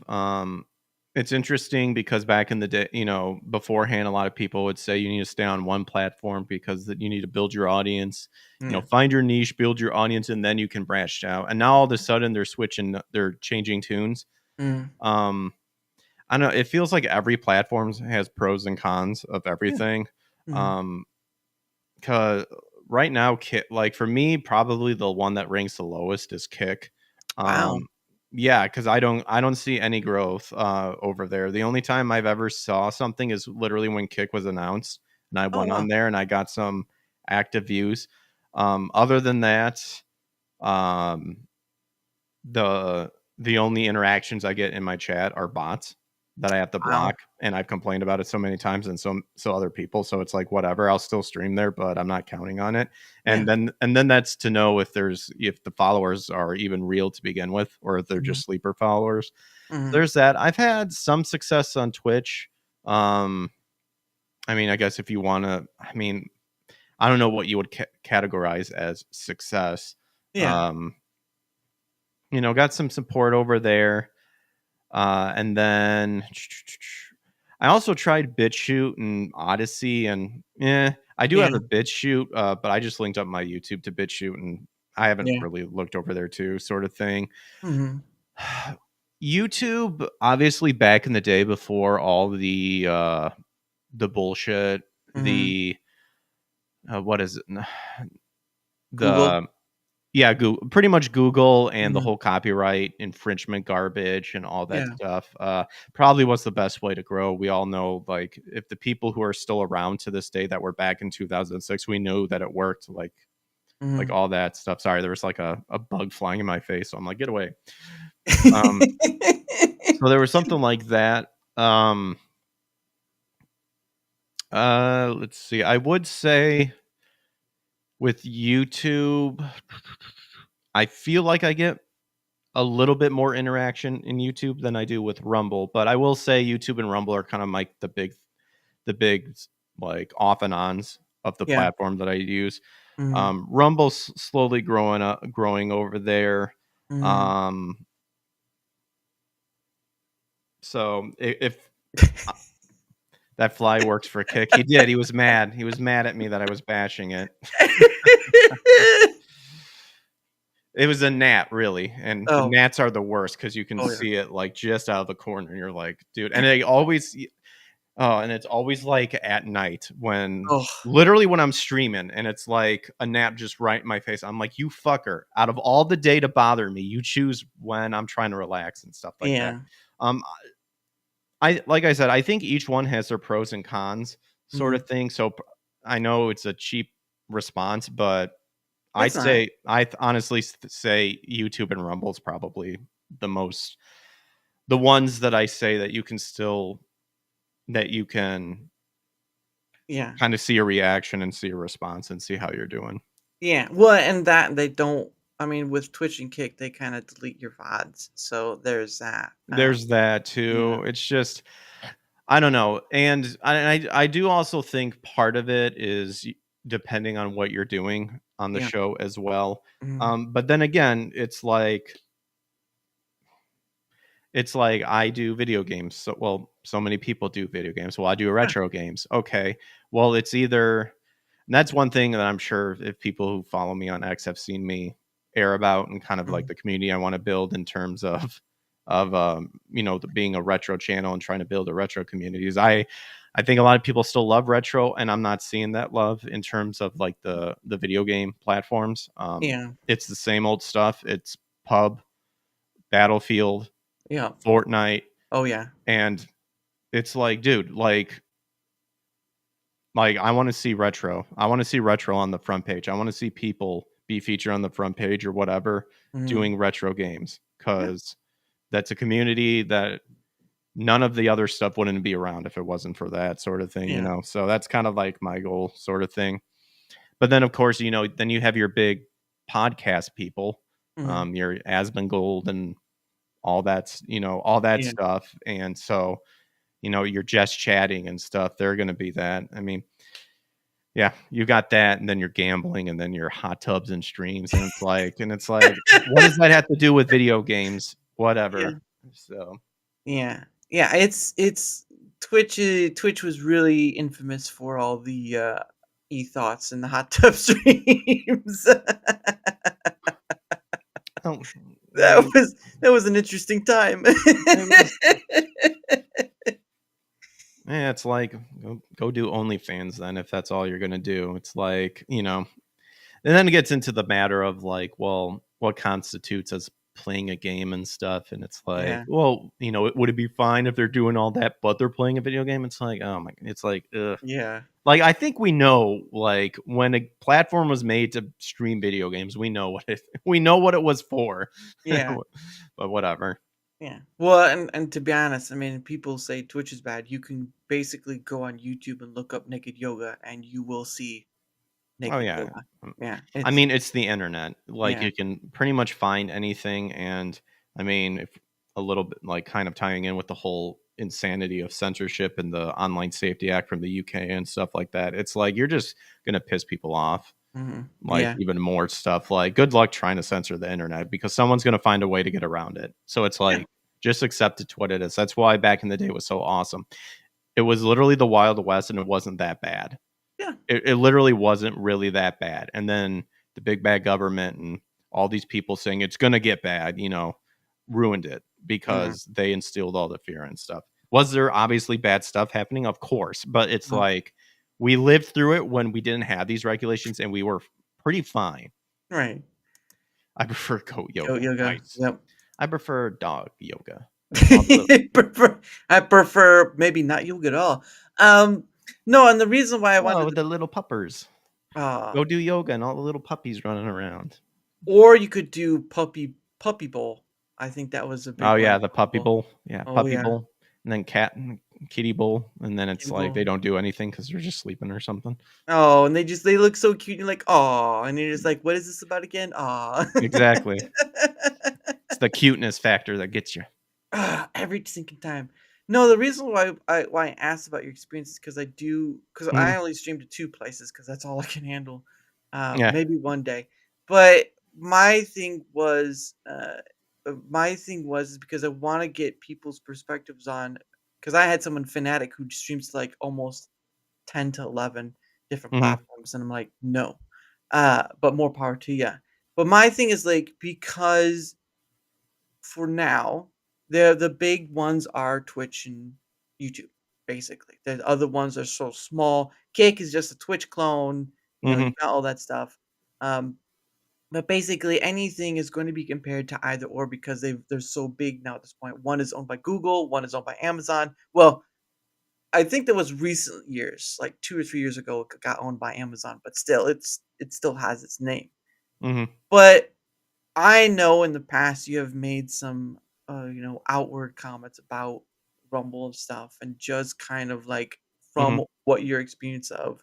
I'm not gonna repeat them because I don't remember, but and that's how good of a host I am. Is like I don't remember what you Yeah, said, you're but I know you fine. said something. I know you said something, but my thing is like so to give some kind of preface to it is that I do this thing called Rumble Squared. Mhm. What it is that it does focus on Rumble, but it's focusing on collecting feedback from people who use the platform, who are creators on the platform, a whole mix. And Mhm. the point of it is trying to it collects the issues and wish list stuff that people have, like they'd like to see in the platform, whatever. Some people want to see channel points and all this other stuff.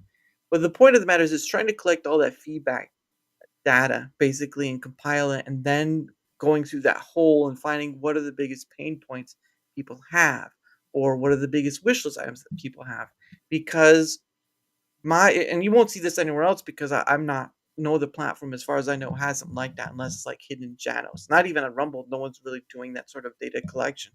Mhm. My thing is you have a platform calling itself or freedom of speech and all this stuff, but it's really its only biggest selling point right now. The technology factor for Rumble is kind of iffy because it's competing against platforms that have been out for a while. So that's understandable, right? Mhm. But I I look at it as like it can't really say it's a big one when you compare it to the others and like the tools on the other platforms are much easier to use. Used to have issues of streaming and content discovery and all this stuff there. Mhm. And again, that's why I do that data collection because there's really no one saying, okay, I can show you, hey, platform stability and content discovery were the biggest paints for a lot of people over the past few months. And there's still people are not happy with content discovery and Rumble. But Mhm. that's why I do it because I'd rather argue from the data aspect rather than the emotional aspect you see a lot of people do on Twitter X, which there's a lot of. Let's not kid ourselves. Oh There's a lot yeah. of people like that. For and against. Mhm. This is what gets me is like I'm not a hype cheerleader thing. I want to be honest about the platform because it does have shortcomings. Let's be Mhm. honest. Like you said, every platform has their pros and cons, which is great. But my issue is like I am not about that hype train because you can't be honest if there are a bunch of people who are hyping it up because hey, it Oh, has all this greatness. no, I agree. I mean, you can find what I've shared about my thoughts about Rumble and specifically the content creator program and stuff like that. Yeah. And I think I even mentioned one is no. I mean, I instantly get turned off of people who constantly promote Rumble and Mhm, promote it in the way that they can do no wrong. Every decision they make is 100% gold and perfect, mhm. and that's just delusional. Yeah. It's not, and then I see people who bring up legitimate concerns, and then other people who are well established already, Mhm. uh, by whatever means. Yeah. Whether you knew someone over on Rumble, whether you've been with Rumble to the beginning and you Yeah. worked hard, which is fine. I Yeah. don't try to downplay anybody's way of working, which is why I said earlier, like Mhm, if I've learned that you've done it very organically, like props to you because you put in all the work. But I, mhm. of course, I have an issue with someone who you just knew someone over on Rumble and they hooked you up, sort of stuff, Yeah. or whoever, and then you have that. No, like if you're just gonna keep hyping it up and they can do no wrong, and then when people who are legitimately concerned about it and you mock them Yeah. because of XYZ or whatever, I mean that's an instant turn off for to me. It's Yeah. like, well, then that tells me that you're not really open to discussion. Yeah. Uh, and why are you not open to discussion? Well, just for me and my opinion and based on my observation, you're already established, so you don't, Yeah. it's like, it's like these are people who are trying to grow here. Mhm. And when you have a when you have a platform who from what my understanding is trying to promote that, like, hey, you can get discovered here, the discovery's different, you can grow organically and stuff like that, and then Mhm. you start implementing all of these corporate and hollow checkpoint like checklist stuff to do, that's not Mhm. organic. Mhm. That's how I look at it. If Right. Sorry, I be very hospitable with not pooping on the camera. Mike, Oh, that's fine. um, my and that's the thing too is like I've seen a lot of that, and I'm not saying everyone's like that. I'm saying there's a big chunk who are like that who, and this is the biggest thing for me, and I don't like it all. Is when they tell you to work harder or stay in your lane. No, that's no. They're to me when they're saying work harder, that tells me again, just look at who they are. Like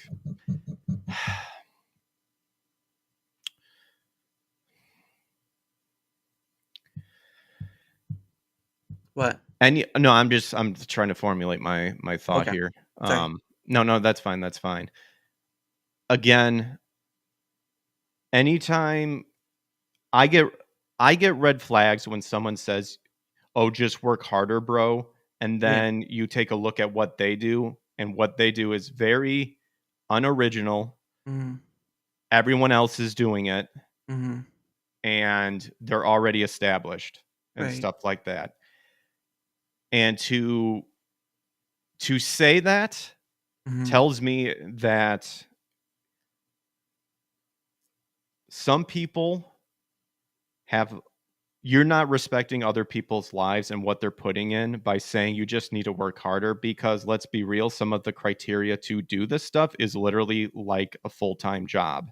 Yeah. And some people can't do that, and they have to balance actually paying bills with with a real full-time job. I say real because I know people can live off of this, but Yeah. they have to balance it out. And to just simply tell someone to work hard, bro, like, Mhm. go fuck yourself, dude, because you don't understand what, like, all the stuff that they need to do in order to even come home and then do this. Yeah. And then you get upset when there's pushback about certain stuff. Right. And for me, it instantly shuts down any form, like you're saying, any form of communication on the matter of like, Mhm. hey, let's. And again, for me, I like that's why I'd rather rely on the data aspect and having people who um would like to, again. I usually just have 6 people in me, although sometimes it doesn't work out that way because stuff. But I'd rather listen to people's what is bothering them using the platform because for me, right? And well, I'll get to these first. Mhm. Fight like hell says, amazing how I know exactly who you're talking about with no need to drop names. Well, we don't want to assume. Don't assume. And our Brittany says there was a YouTuber basically said he got offered a deal from Rumble and they told him that they had ways to push his content on the front page. That's when I stopped trusting. And then she said, and also the YouTuber also turned it down for that reason. How long ago was that? I just want to make sure how long ago was that because I did see something where that was like at their beginning, but they don't. I don't think they do that much now unless you have a contract with them, which is partly true. Um, Mm. but I'm but sus on that even still, even if they do have a contract, because again, that's kind of my point as well. At the end of the day, uh, it's always political channels that are being featured every time, mm, um, or although the they have editors pick with little bits of gaming, gaming sprinkled out. I yeah, wanted to make sure I got that in there because I'm not saying that 100%, yeah, but at the end of the day, it's still a streaming platform. I know someone mhm. who is very talented and very good editor, Ooh, clean, polished, all mhm, that stuff. He is a little discouraged by Rumble because they only care about the live stream aspect. They don't care about Edited video. Yeah. the scripted elements too, and that's a huge thing that I think should be addressed as well too, because yeah. Yeah, Go ahead. and I believe it was, and I screenshotted this because I'm also keeping a timeline of things. It was about a month or so ago where the CEO said they were trying to hire people for ML AI stuff because they were trying to build for recommendation shorts and stuff. And my issue is, well, that's great. Again, what should have been something that happened last year instead of this year.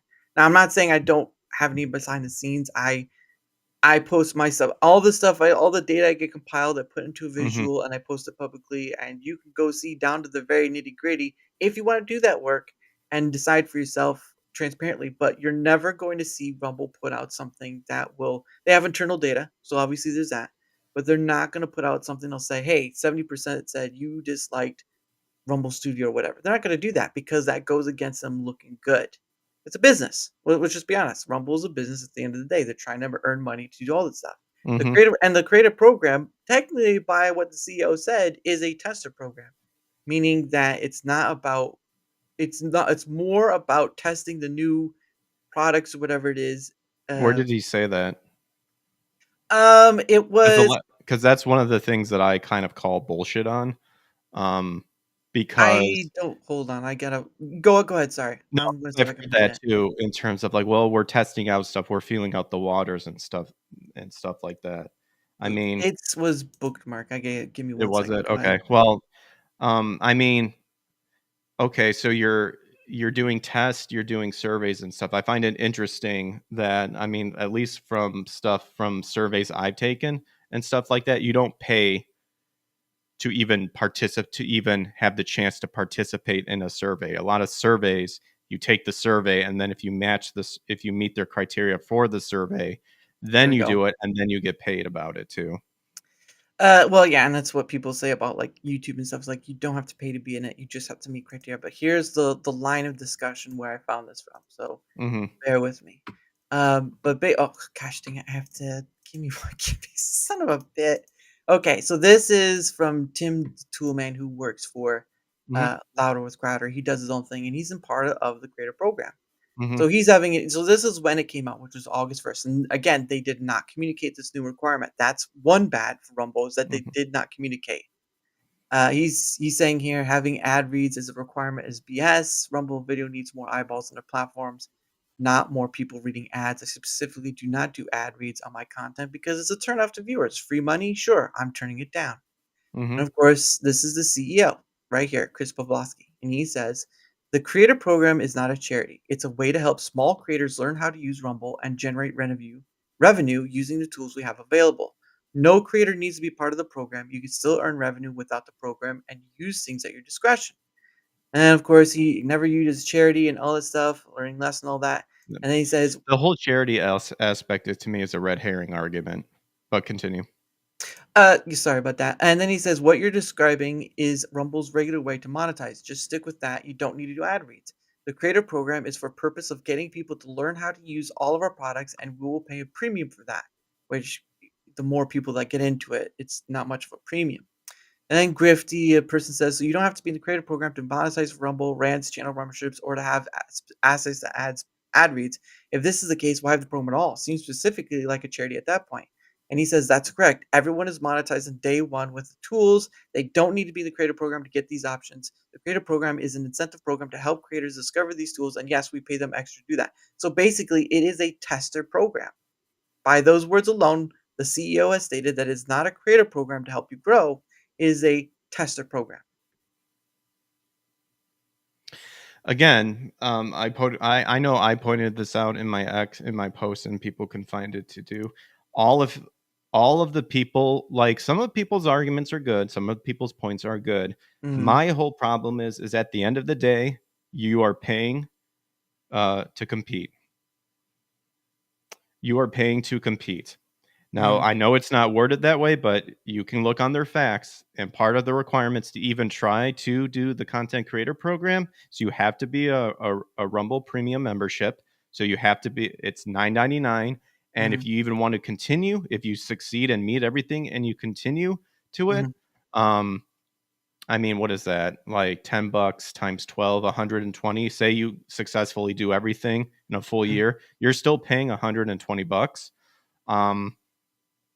No other platform does it backwards than this. Um, in my mind, if I am paying, and it straight up says on there that a Rumble Premium account's money is being pooled to the content creator program. Yeah. So if my money is going towards that content creator program, I don't care how pissed off you are. If someone does the very minimum, they deserve the piece of the pie back. Because if they didn't, the content creator program would not exist whatsoever if that requirement wasn't part of the program. Right. And they and everyone always ignores that. Right, Whenever you hear people hype that up, they never mention that you have to be a premium programmer. right. Well, and obviously with this new update, people have said, well, you don't have to be part of the creator program. Um, that's their response back is that you don't have to be on the creator program. It is optional. I'm like, but without understanding their side of things, you are dismissing them from having a Mhm. fruitful conversation of even if yes, it is optional, and yes, it is optional. It's optional to use Rumble Studio. It's optional to be the creator program, but there are things about it that they can question Yeah, on. They can but criticize. my response to them is, "Well, you don't have to be it." And it's like, "Well, I am. I'm paying to be in it. So where's my piece of the pie?" Are you telling me my 99 is worth less than that person's 9.99? At the end of the day, everyone's paying 9.99. Yeah, or they do like the annually, which is more so. But yes, you are. But that's my point, because the other platforms don't do that. Mm, Twitch and Kick have the criteria already established, already well known in advance. Maybe mm, there might be some changes there, mm, and you need to meet those first, and then you apply. mm, Rumble is telling you, if you even want to dabble into this, you got to pay us. It yeah, may not be worded that way, but you have mm, to be a premium. You have to have a premium account. yeah, Therefore, you have to pay us 9.99 to be a part of it. yeah. And it basically, it may not, as the CEO said, it's not a charity, but you're certainly paying into it like it is. Well, Seems I like, mean, yeah, I'm seems not. like I it. mean, I've kind of done my own research about stuff. I mean, and I want to Yeah. word this very carefully. There are Ponzi scheme architecture that to me is being applied here. I haven't gone through that, so I wouldn't know. But I'm not gonna I just. know. I mean, I'm Yeah, not saying anything either. Just based on my studies, I've yeah, broken down some stuff, and yeah. just what I'm seeing, it's and the way they keep putting more stuff in, and they're weeding people out to where they're wanting people to continue the program, but the people who are only going to benefit from it are the people already established and already on top. Uh, That's well, that to me that raises red flags, right. especially when people can say, "What the fuck? I'm paying 9.99." Mhm. You know, that's Uh, again, that's my whole point. Is again right. the 9.99. So, Yeah, you're paying to be in it. You're paying to be part of the table, hmm basically. It's like going yeah, to. and honestly, if no one was, I doubt it would exist. Well, I I don't know. People were they had partner programs earlier back in the day that just didn't span out well. Yeah, the Um. small content creator. Yeah, I was picked for one. Oh yeah. Okay, I didn't know I that. was yeah, for round 1, I was picked, then Mm. round 2, and then they gave you a badge to showcase that you were small content, that you were the small content. Then they immediately got rid of it and Oh, made it to the red, or the green Dorito, and then they yeah. said, "Oh, anyone who has a premium can get the Dorito." So it made it to me, it made me feel, well, I guess what was the point then? Because It, you it's took a. Oh, you took sorry. Go ahead. away no, I'm just saying you took away, people who and I'm blessed and humbled that I was picked. Right. Like, don't get me wrong, I was blessed and humbled, but then Mhm, it's like every step they do just, to me, overwrites what they were doing before. mhm. It's almost cloudy when it should be sort of clear, Mhm. basically. It's like going into. It's like if you were to go into a river, right? And you weren't. It's Sometimes it's calm, sometimes it's rapid. But you step in there and you're not really seeing. There was I to kind of go with that story. There was we had gone camping. Me, my dad, and grandfather. We would go to this sort of men's group sort of camping thing out in the woods. And there was one point where on our way back to our camping spot, we had stopped by a river. Now, obviously, it's a river. You like to go into. It's cold. Hmm. Don't get me wrong, it was cold. Um, there was a moment I need to get out, but at a certain point, now I was grateful that I didn't, but there was a certain point where my dad had reached down and pulled out this glass, like this little half glass vase, but it was sharp. And it's like, if he hadn't seen that and grabbed that, someone would have stepped on that, and that would have been dangerous. Hmm. So there is my thing has always been with Rumble, and I've always said this is that I will praise when it does well, and I will admonish when it does poorly. Yep. And No, that's the correct way of doing it. Yeah. yeah, and my thing was, and I made a post about it earlier. I'm not gonna show up, but I made a post about when the new requirement came out. I was like, the one thing many people, no, not there were some, there were a few, but not many people were talking about is they communicated the new requirement not at all poorly. Let's look at it this way. They didn't communicate and they executed it poorly. And Hmm. now they're trying to damage Backtrack. control. Yeah, Yeah, back damage control. damage control back from that.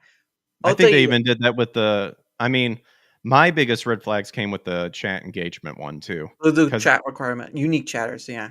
yeah, that was the other thing too. Is that number one? Or did they even consider about the lurkers? I've had people pop on my chat real quick just to say, "Hey, I don't like interacting that much, but I'm here to lurk. I just want to say I Mhm, support you," and then they popped away. Do you mhm. think about those people too? Now, one of the struggles I've had, even with YouTube stuff, is I have a lot of sleeper accounts. They liked something that I did, Yeah. but the stuff I'm currently doing and I'm constantly doing, I never Mhm, get any interaction. And that's yeah. again kind of what I said earlier about the requirements are making.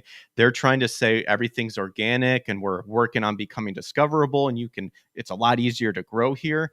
Mm. Forcing chat engagement and now forcing ads read is very corporate and very hollow. Why would What someone want to be a part of that? That's how I look at it. But right. And I think isn't it for Twitch being affiliate, you have to have like people sustained within it? Like you have to have people in chat to sustain it or something like that. I know they did like three let viewers. me see.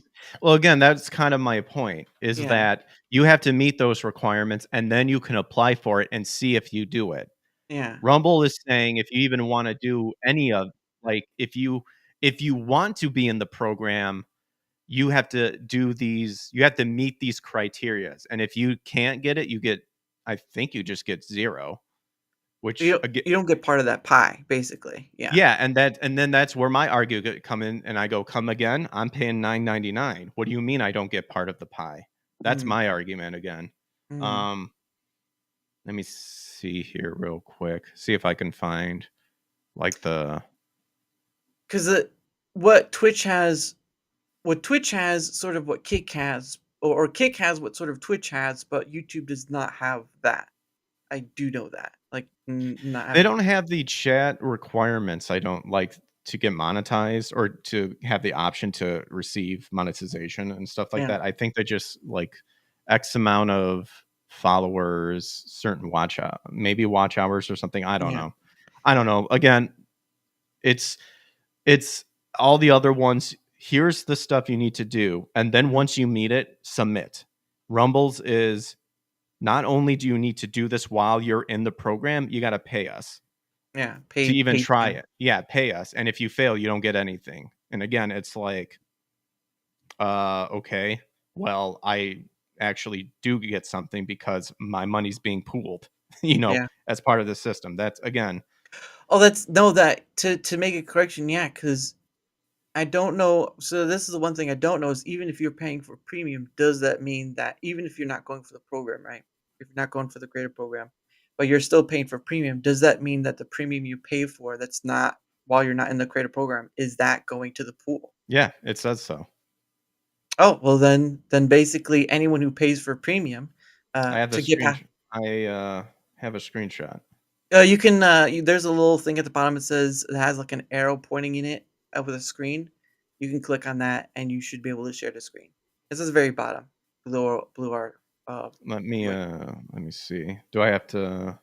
You have to. It's the little TV. You can glow over. It says start screen share. You click on it, and then you Oh, just that. yeah. All right. Well, before you do that though, let me get to what people said. Art of Brittany says, I feel like they need to work on the actual interface. I don't feel like it's a yeah. Let me It's actually let me. I might be able just to yeah, send you the link sure. And then because I took. I mean, I just took a screenshot of the day of. Who knows if they change stuff? possibly. And Fight Like Hell says, jump through all the ever-changing hoops. We throw at you and be our guinea pig, or else we'll throttle your discoverability. Good luck. Well, is there even a discoverability at all, other than the editor's picks, which is sort of like picking and choosing your winners?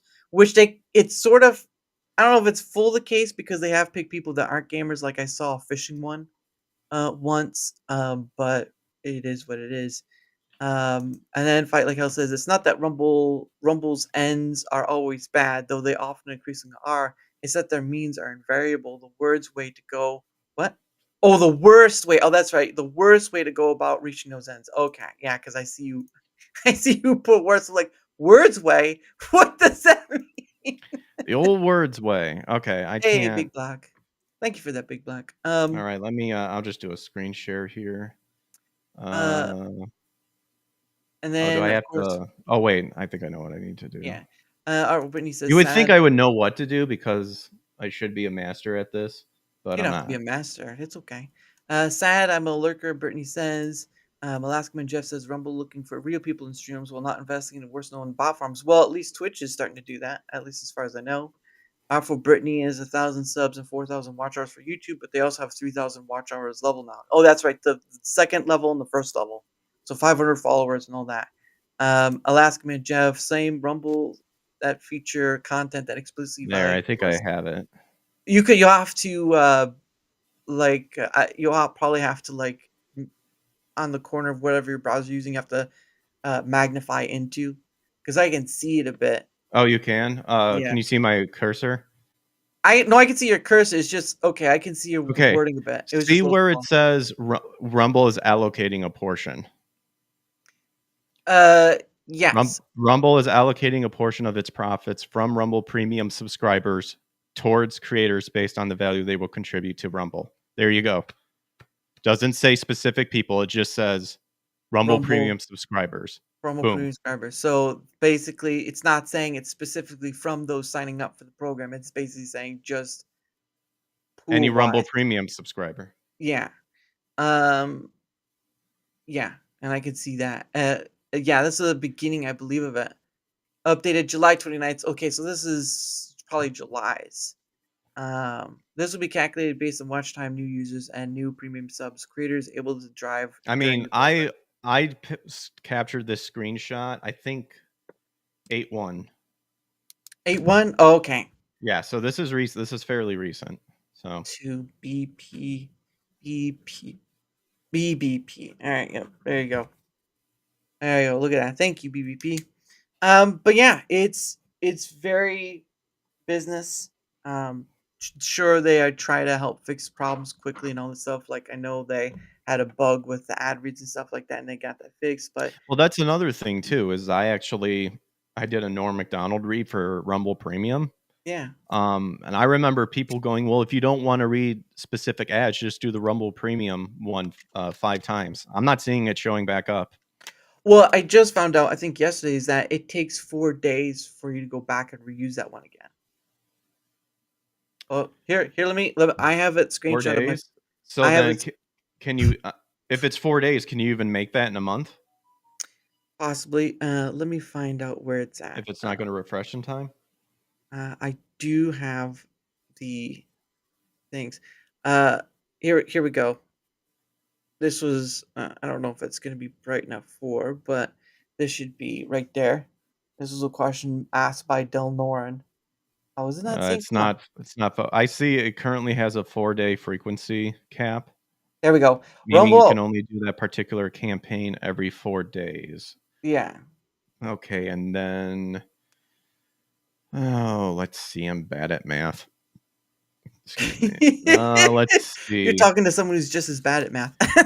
So 5. Okay, so we need 5 ad reads. Per month. So let's see. 1, 2, Oh, 3, that's right. Yeah. 4. 1, 2, 3, 4. Yes. 1, 2, 3, 4. 1, 2, 3, 4. 1, 2, 3, 4. Okay, so you can do it in a month, maybe with like 5 extra days if it's a month with 31 days. Yeah. Okay. Well, and fight like I would like to say that the rig did say that they're gonna be sending something out in the email to kind of tell people like, okay, what helps be accepted or not. Well, Because mine got accepted. Booyah. there you go. But they don't. If it gets rejected, they really don't. Oh, don't tell me. Come on, get off. Unpin it. Don't tell me. Oh, don't tell me they didn't update during this. Oh, they did. Oh, you dirty son of a bitch. I hate this. I What hate happened? when okay, there we go. We're good. We're good. Usually when they do an update on Rumble Studio, you can't it messes up pinning and unpinning stuff and all that. It's just great.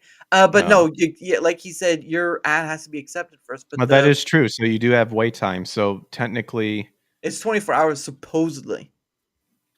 okay. So there are some things it seems like they're getting better at communicating at, but Mm, they need to get better.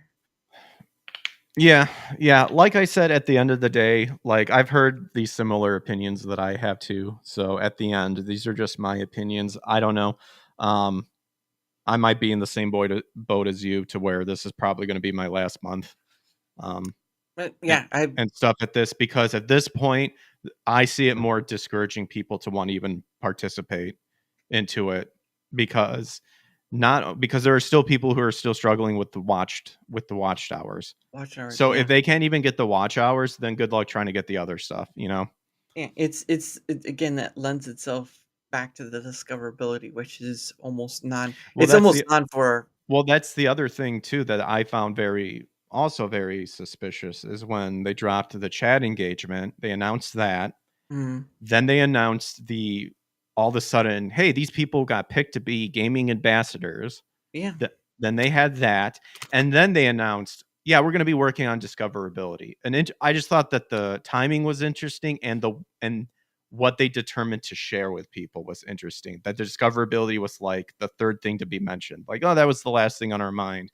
Sort of. mm, I don't know. To me, it looks like if you were at the beginning of Rumble, if you know people at Rumble, if you have a contract with Rumble, you're not going to bat an eye on this because you're already set. yeah. And You don't bite it the hand that feeds you. yeah, and if good luck to everybody else, but it sounds like to me they're setting you up to be failure. And they even admitted this is for weeding out the stuff. Or at least I think Lumpy mentioned a phrasing of that nature, which I don't know if Lumpy is speaking for Rumble or not. Well, But he is a gaming ambassador, so is he? Oh, I thought he was mm, another. Oh yeah, I think yeah, okay. Well, yeah, yeah, again, I find it, again, like what you said too. This should be able to be discussed. And if you're having gaming ambassadors simply saying, then don't do it or stop whining and stuff, you're a shitty ambassador. yeah. And again, it just on conversation, but that's what I do. What I do because I'd rather argue from the data point than rather than just rely on the emotional aspect, because that's where people get muddled and lost in, and the Yep. conversation, all this stuff. So, but yeah, that's why I do what I do, and I'm not going No, to back that's away good. from it. Yeah. Because I'll tell you what, like I said, from the 3 months I did my creator and viewer uh, survey stuff, I found that Hmm. platform stability and content discovery were the big things that weren't funny enough. So when I had put out my question of the month, my question month about the content discovery, when I had put it out, the day after I'd put it out, that's when the CEO had made a post saying, "Hey, we're gonna hire the ML AI stuff," and I'm like, a little coincidental for me to believe that it's not a response. I can't claim it. I don't have any evidence, but Well, that's or- my thing too, is what I stated, or like on this stream right here. I have my own screenshots that I've taken care of, and I've just looked into stuff kind of behind the scenes. But at the end of the day, it's my opinion and stuff. But hmm. Where Well, fortunately, the gaming ambassador is also covered by the whole. We can't actually explain out your problems with Rumble. We can't speak for Rumble. What is the point of having an That's ambassador? the point. Yeah, Yeah, again, it defeats the point. yeah. That That just doesn't. yeah, and I find it interesting if these gaming ambassadors are to be the voice of the people trying to grow and stuff, and they're the only ones who are seemingly benefiting from these criterias because they can meet it Mm-hmm, and are not helping people grow in terms of mm-hmm, just work harder, bro, yeah. or doing it or like engage more in the community. That was a big thing too. Like to me, it just like forced community just sounds like garbage. A Well, forced community is well, like I just, what? yeah. Well, I just like it when they start saying family. Like that's No, not what a platform is.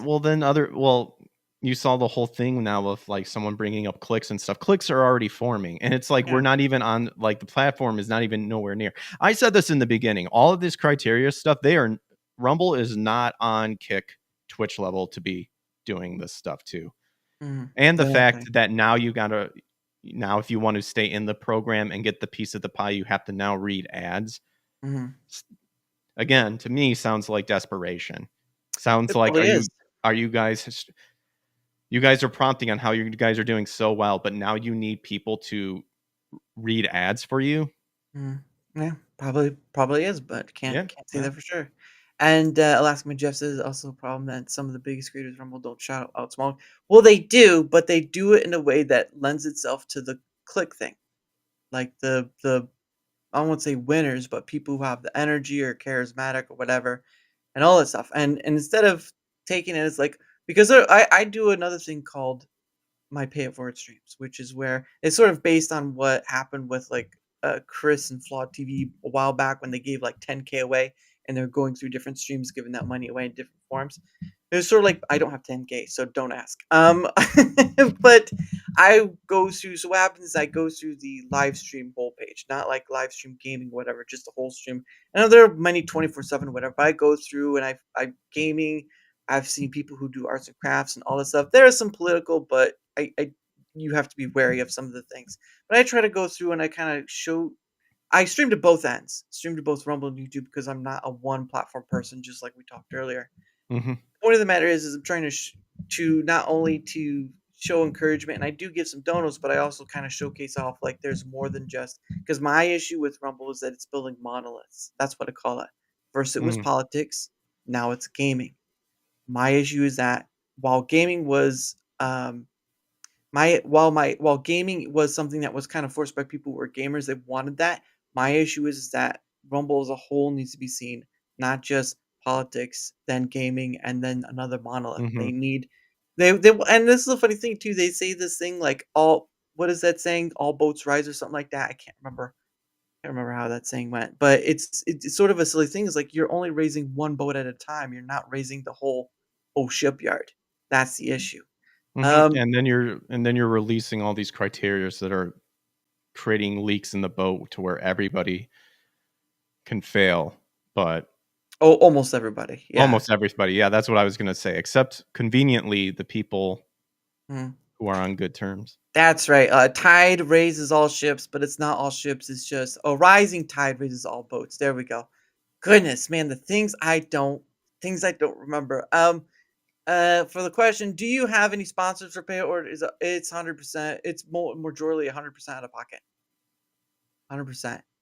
Cause like there was like when I did my 50th episode, I gave away $50 because I had a little extra, but because it was just sort of like, someone I usually give like $2 or whatever, sometimes a little more, but not too much because I only have so much money to mess with. But I do it because there's two things. There's time and there's money, right? I don't have a lot of time to be in everyone's streams and do all this stuff because I have a full-time job. I do my show, and there's not much time after that. I'd like some personal time Mhm. to myself, and that's what the weekends are for. But the pay it forward stream is sort of instead of the time, because I do like maybe an hour or so of the pay it forward, and then if I have a guest on, I talk to them after. I do an hour of the pay it forward, and I go through and I give some encouraging words and I give a little money. Sometimes to people I've had on before as a guest as their chat, or have dropped by before, or somebody new. and it's all about paying it forward because again, Rumble has barely to nothing of discovery. Maybe more towards streams, but less so, like you said earlier, about videos, which you can't do anything with because they're not live and all that stuff. And yes, someone could say, well, you can use the Premiere feature on Rumble Studios, but like that's using a third person.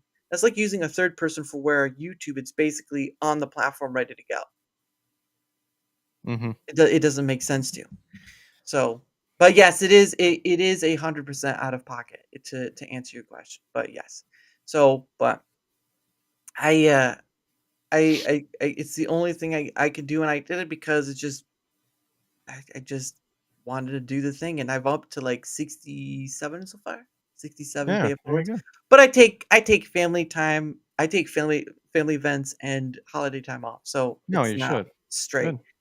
But anyway, but enough of the downsides of all that stuff because again, I do want Rumble to be successful, but I'm not going to be hype cheerleader. I'm not going to ignore people who have issues. There are people who are harassers. There are people who are trollers, and so those are people kind of tough. But I do want to get as much information, and that's why I do all the stuff I do. And my thing towards not only you but many in the chat is like, when I put this stuff out, I need your help. I need your help to help me to help you because I know X isn't really good about showcasing stuff, so I might have to start adding people on Twitch, X, and I'm very wary about that because I've seen a lot of people at people, and it's mostly just towards their episode of something, whatever. Oh, I get what you mean. Yeah, but for me, it's like this thing is important, and I want you people to understand this just as plain as it can be. It's important because Rumble's not going to give you anything. You're going to rely on scattershot voices, and you're going to sort of be left in the dark of what are the major pain points, what are people talking about. And I'm not going to get, I haven't gotten like 1,000 responses or whatever. It's one of those things. Maybe hopefully one day, but it's just tough. My point is, when that stuff comes out, I need your help. Plain and simple. I'm not gonna sit here and beg for it, but that's how this thing works. Help me help you because I know there's a lot of frustrated people out there. I understand the anger. I was there myself, and I said, you know what? Instead of being vengeful and angry and all the stuff you keep seeing on X, I want to turn it around and gather the one thing you're not going to see from any of the other roundtables as well. I haven't seen this. Well, I have to be careful because of fatigue, so I have to be careful of that. The point of the matter is, when I put these things out, I need your help. If it relates to you, give your feedback, share all this stuff. There's a lot of people, grateful for as they are, there are a lot of people who share, like, and all this stuff, but they don't give feedback. That's the one crucial part of this. The one crucial part of all the surveys, of all the questions of the month, of all the Rumble Squares. People need to give me the feedback. I appreciate everything else, but the feedback is the creme de la creme. And if you don't give that, then you're just as much as shouting into the void as I am. And I'm not saying that Rumble doesn't listen; they do to some degree, but their platform is not on par with the other platforms they wish to compete with. Even Rumble Studio, it's not on par with the other StreamYard, Restream, all that stuff. No, I'm like, yeah, Rumble has a way to go, and I think they can do it, but I think they have been doing terrible decision makings the past couple times here, specifically, obviously, with the content creator program.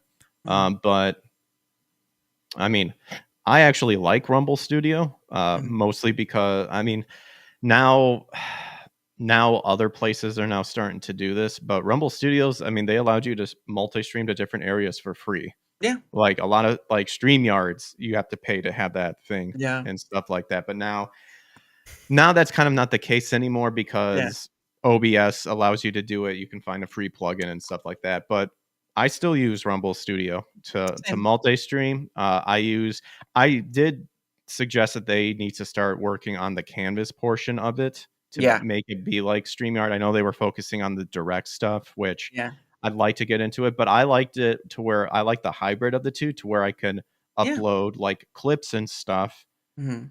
use OBS still, and then play like that and use Rumble Studios as a soundboard Yeah. as opposed to having to create like a soundboard type setup Mhm. with OBS and have all a bunch of stuff like on, my desktop or whatever. So, and maybe I may have to do that in the end, maybe not, Yeah. but yeah, that's pretty much.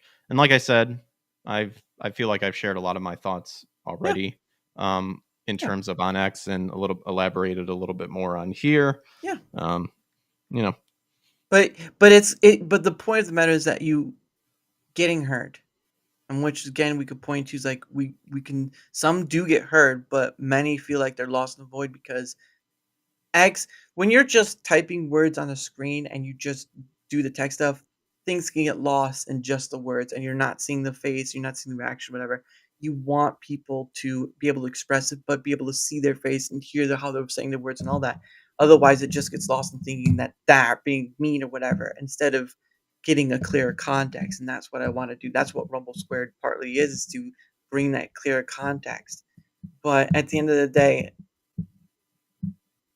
this thing I do other than DaraChat, which I enjoy doing as well. Getting to talk to you has been awesome. Rumble Squared is the thing I think will be the best portion for the people who feel not heard, who feel angry, who feel frustrated. And while I can't promise change, the one thing I can promise you out of all the things that you could be promised elsewhere is that you will get to see a visual representation of at least that data and it will be posted publicly. cool. Something that you're not going to see at any of the roundtable as of yet. So, but anyway, it is the top of the hour. We've gone a little long. I apologize for that, but I know No, I you're did good. want to hear about some of those things, so I appreciate you for sharing them. Yeah, But so what we're gonna do is we're gonna uh, wind down, but we're gonna do what we did before because I do every hour because there are some content creators, right, who do like the beginning of their thing or at the end of it, or I have seen some people do sporadically throughout their stuff, but it's at a like at about an hour's time because it's just a little break and then go from there. So let me see if I can't find. Let me see if I can't find my earlier stuff. Oh, here we go. Anyway, the floor is yours, good sir. yeah. You can find me on YouTube, Rumble, X, Kick, and Twitch, and other social medias. Or as you can see on the screen here, you can check out my link tree on X. I do a show called the Power Up Podcast where I cover pop culture.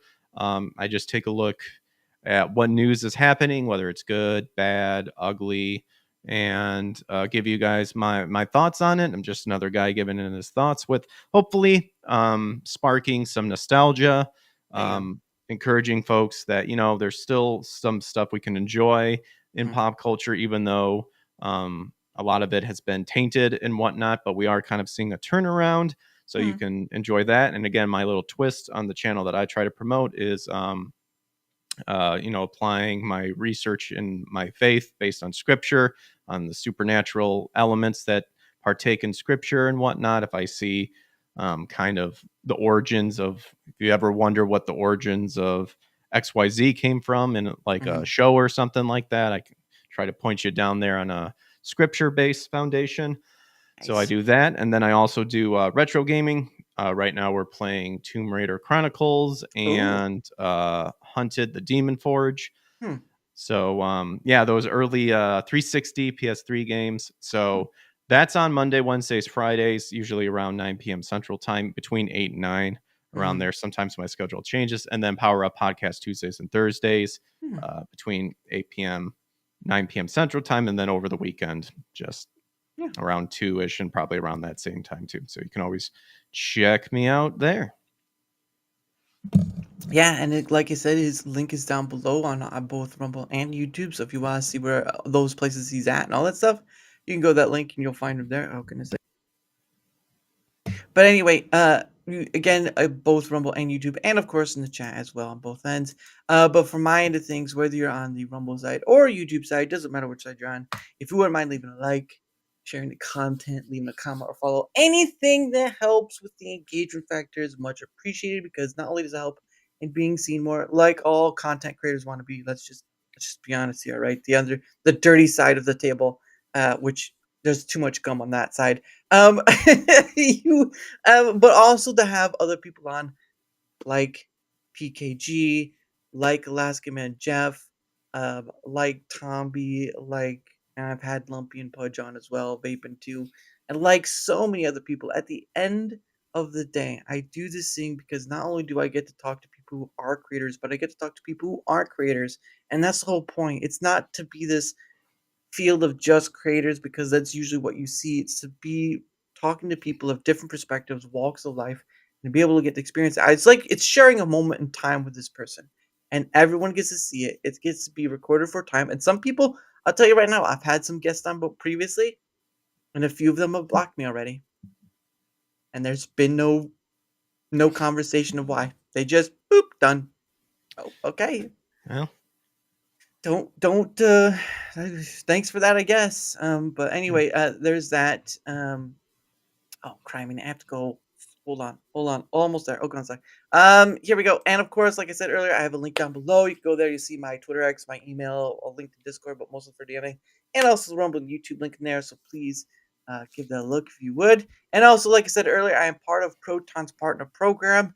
Luckily, I've not been kicked off if I'm bad at selling or whatever, but that's not the point. The point is I'm promoting a benefit. Whether or not you take up that offer is up to you, but just give it a look. Not worth it to you? Guess what? A look is free. Beyond that may cost you. So there you go.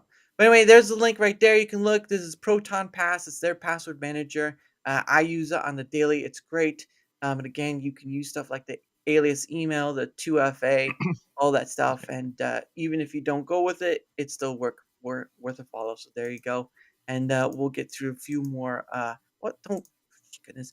Let's see. I wanted to get through a few more. Um, Fight trying like to hell avoid. says.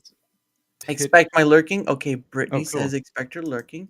Alaska Man Jeff said he's following you. So there you go. Cool. Uh, but Barianism to us, Greg. I've seen a bunch of Yeah, I Barians. know what this is. Okay. Yeah, I call myself a Christian Berean. Uh, Berean. Okay, I was Berean, like, yeah. Berean is comes from those are the Berean Jews that are mm, mentioned in Acts 17:11. Uh, the verse is that these were more noble than those in Thessalonica, and in mm, that received the word with all readiness of mind and searched the scriptures daily, whether those things were so. mm, That comes from Acts. mm, That is Luke part 2. Making sure, yeah. Luke wrote Gospel of Luke, and also he's the author of Acts as well. Some people call it Luke part 2. mm, Pretty much what that means is that's Luke's way of saying do your research, don't just take everything at face value, even when it comes to scripture. mm, Be like the Berean Jews. It's known as the Berean Challenge. mm, Whenever you hear preaching of the good word, of scripture, of whatnot, just go out there and study the scripture and see if what it's saying is matching to what they're saying too, because that could be a way of God opening up to you and wanting to build a relationship with you. So that's pretty much what that means: is do your research and then come to your conclusions how you want to. I would encourage people obviously aligned with scripture, mm, but that's just it's one of those things to keep yourself sharp, keep yourself up to date. Don't mm. just take people at face value. Yeah, See what they're saying and see if it lines up with scripture. There you yeah. go. I always, they say never judge by a book by its cover, but we kind of all do regardless. It's a Well, self that's oh man, that's defense of me. opening up a rabbit hole, but that's another That's time. another time. Yeah, that That's was another good. time in terms of scripture. But you are indeed correct. Yeah. Yeah. At times you do need to make a judgment on people, and Mm, it may not necessarily be obviously like determining where their soul is going to end up or whatever. mm, But in situational things, like obviously if you're walking down an alleyway and you happen to see a bunch of shady characters kind of yeah. looking around wearing coats that can possibly cover up stuff, you might make a good judgment call of those characters and go, I don't think I'm going to continue walking down there. See, so Yeah. that's not bad. It's true. That's true. Last man Jeff says, "Hey, when I had 90K viewers, I wanted nothing more than for Leaf. I got my wish." And last man Jeff said I was gonna block Dara, but then I realized my goober. Well, you kind of are, but thank you for that. You big goober. Only goobers blocked there. Thank you very much. Well, yeah, I don't know the reasons, but if you don't talk to me, we can't have a conversation about what is the issue of that. Then it's your loss, not mine. Proton offer free plans for the mail and VPN. Yes, they do. They do offer free ones. It's just the other ones are paid for. But again, I use them and I can only speak from my end. So if you don't trust it, that's fine. But at the end of the day, I'm not trying to sell you snake oil. I do use the products. So it's up to you to decide if you want to follow through with that or not. Right. Right. So Christianity, well said, sir.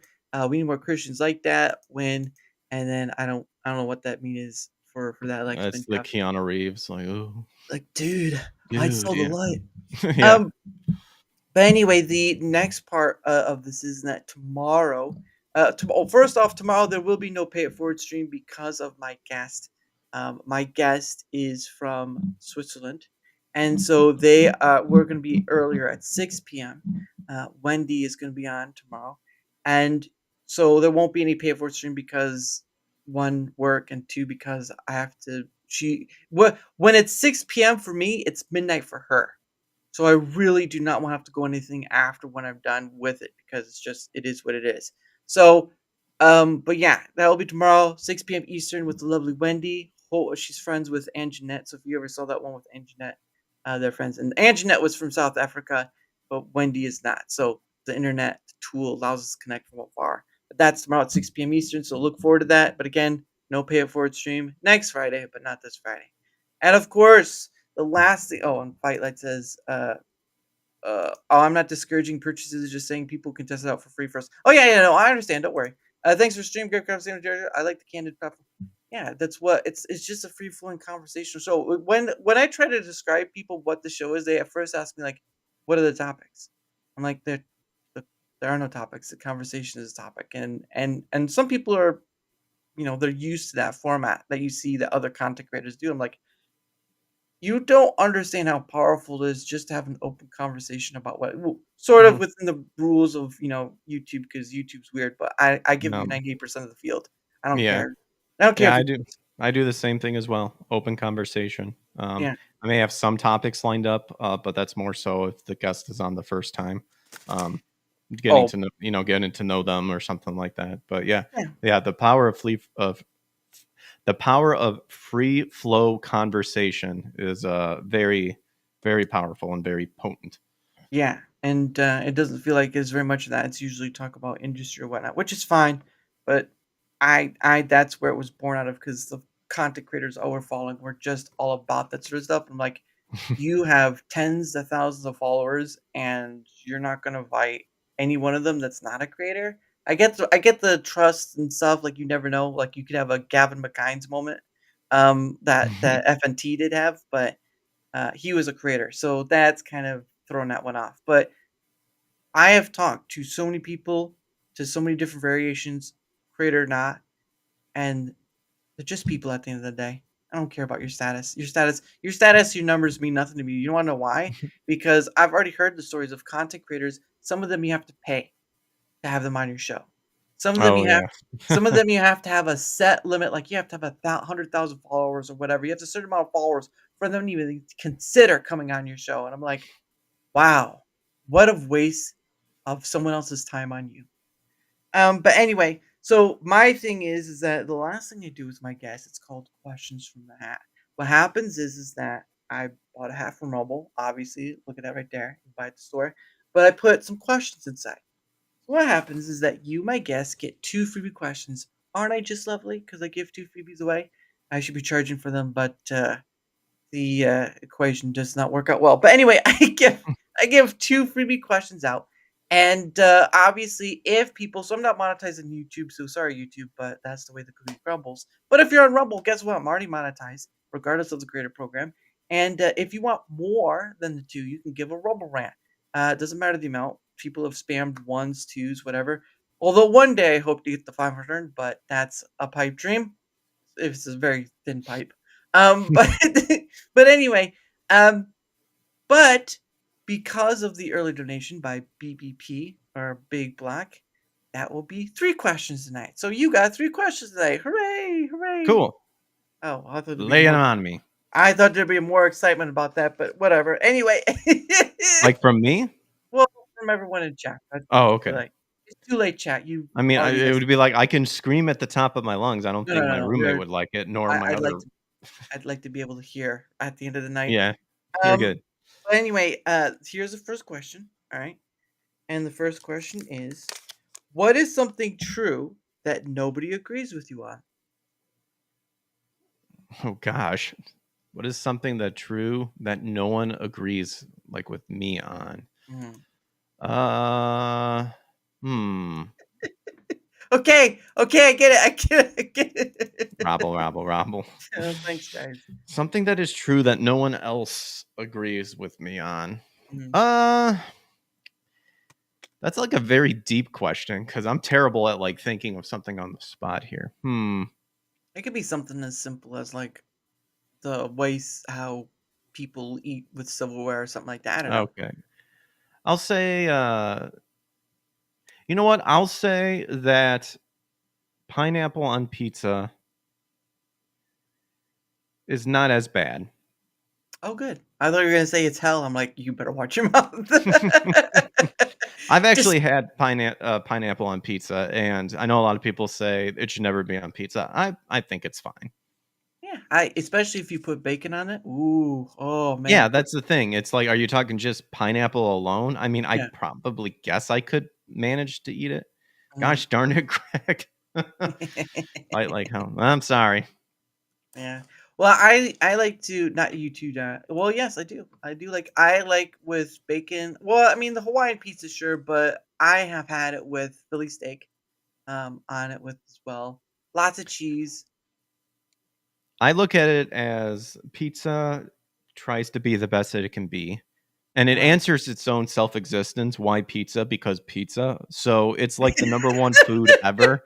So like, you know, it's trying. Now there are some questionable forms of pizza, yeah. and I would say Hawaiian falls in that category. But is it Mhm. edible? Yes. Yes. Needs to pay me 15,000 before 15,000 Indonesian rupiah. Sir, you'll get none of that money. But but yeah, there was one pizza I remember seeing like someone had made it. It was like habanero sauce with habanero on top of it. Like, no, I'm not going to. That'd kill my insides. It would But kill it. Yeah, I could probably eat it, but it wouldn't be like every day or something like that. uh, your your lower half would be so numb. You'd be like a cripple walking. Your butthole would be on fire for It like would. 5 days. Woo, man, light that one Woohoo! up. Anyway, here's question number 2. Cool. What is your least favorite word to say? Least favorite word to say. I love you. No, just that's more of a phrase. Uh Least favorite word to say. It's like whenever you hear someone say it, like, "Oh man." Oh, this I guess I'll use this one because I heard it and it just made me go, "Oh my gosh, a queen!" Oh, Like, go queen? get like when someone's like, "Go get it, queen." I'm just like, Yeah. "Oh my gosh, shut the fuck!" Like, I hate this generation's like slang term in general. Like, Riz, like charisma, like it's short Uh, for charisma, uh, Riz. It's just like, oh my gosh, I hate everything. yeah. Well, don't you remember when YOLO was a big thing? That was YOLO. Yeah, that was I mean, I've said it a couple times, but, like, jokingly, like, it's so stupid. Yeah. Like, "Yes. Oh gosh. Oh, yes, queen. Oh my gosh." It's like, I hate it. Ugh. Hashtag slay Greg. Oh. Oh, Brittany has one. It's undulate. I don't even know what the word undulate means. What does that even mean? I don't know. I don't know a lot of words. But yeah, I that's understandable because of just I how categorize that as, like, this generation like, the next generation's, like, lingo. Like, I thought our slang lingo was awesome. Like, dope and, rad. sweet, rad, Yeah, dude, all that stuff. cowabunga. Cowabunga, exactly. And then they're like, that's so ratchet." It's like, "Oh my gosh." It's like, It's like Mean Girls. It's so fetch. Come on, Gretchen. It's not gonna work. It's not gonna work. Um, thebomb.com. Oh goodness. I don't know about that. But anyway, here's the last question, and obviously, thank you, Big Block, for that. If you could instantly master any musical instrument without practicing, which would you pick? Keyboard. Keyboard? Yep. Well, what wouldn't it just be piano all around because that's a keyboard too, or Well, just keyboard? keyboards now have built-in instruments, Mhm, so you could pretty much make like drums, cymbals, mhm, stuff like that. I say keyboard because Andrew WK does a lot of keyboard stuff, um, and a lot of keyboards now have like I said, built-in sound, like built-in mhm. uh, like the technology is built into where you can do drums on the keyboard and stuff like that. So I picked that just because I feel like you could have a nice umbrella of stuff. Oh yeah, you have your harmony and melody all in the same row. You can do a little ebony and ivory on that too, but Hmm. I don't think you want to without a little Stevie Wonder. Last one just says, if you're good at playing music on a keyboard, you can play a battle song. Does that make you a keyboard warrior? Yeah, Andrew Oh, WK, like some of his stuff on the keyboard is. I know he uses a lot of guitars and stuff like that too, but mm. I like that. I like Andrew's like from his "I Get Wet" album, a lot of triumphant and like a constant anthem of uplifting, like get your adrenaline going and positivity and all that stuff. So That's the one where you're gonna try to be evil Knievel and jump over like 20 buses and you end up not making it anyway. well, you got to be well. That's just being retarded. Like you got to be smart at least. Jumping over one bus. Let's just jump over one bus. Just jump over one because the chances of you making that, if you have a good enough like running start or not Uh, running start, but like enough of a start on uh, whatever vehicle you're using, you yeah. should make it. But 20, you're dead. I'm gonna make it there.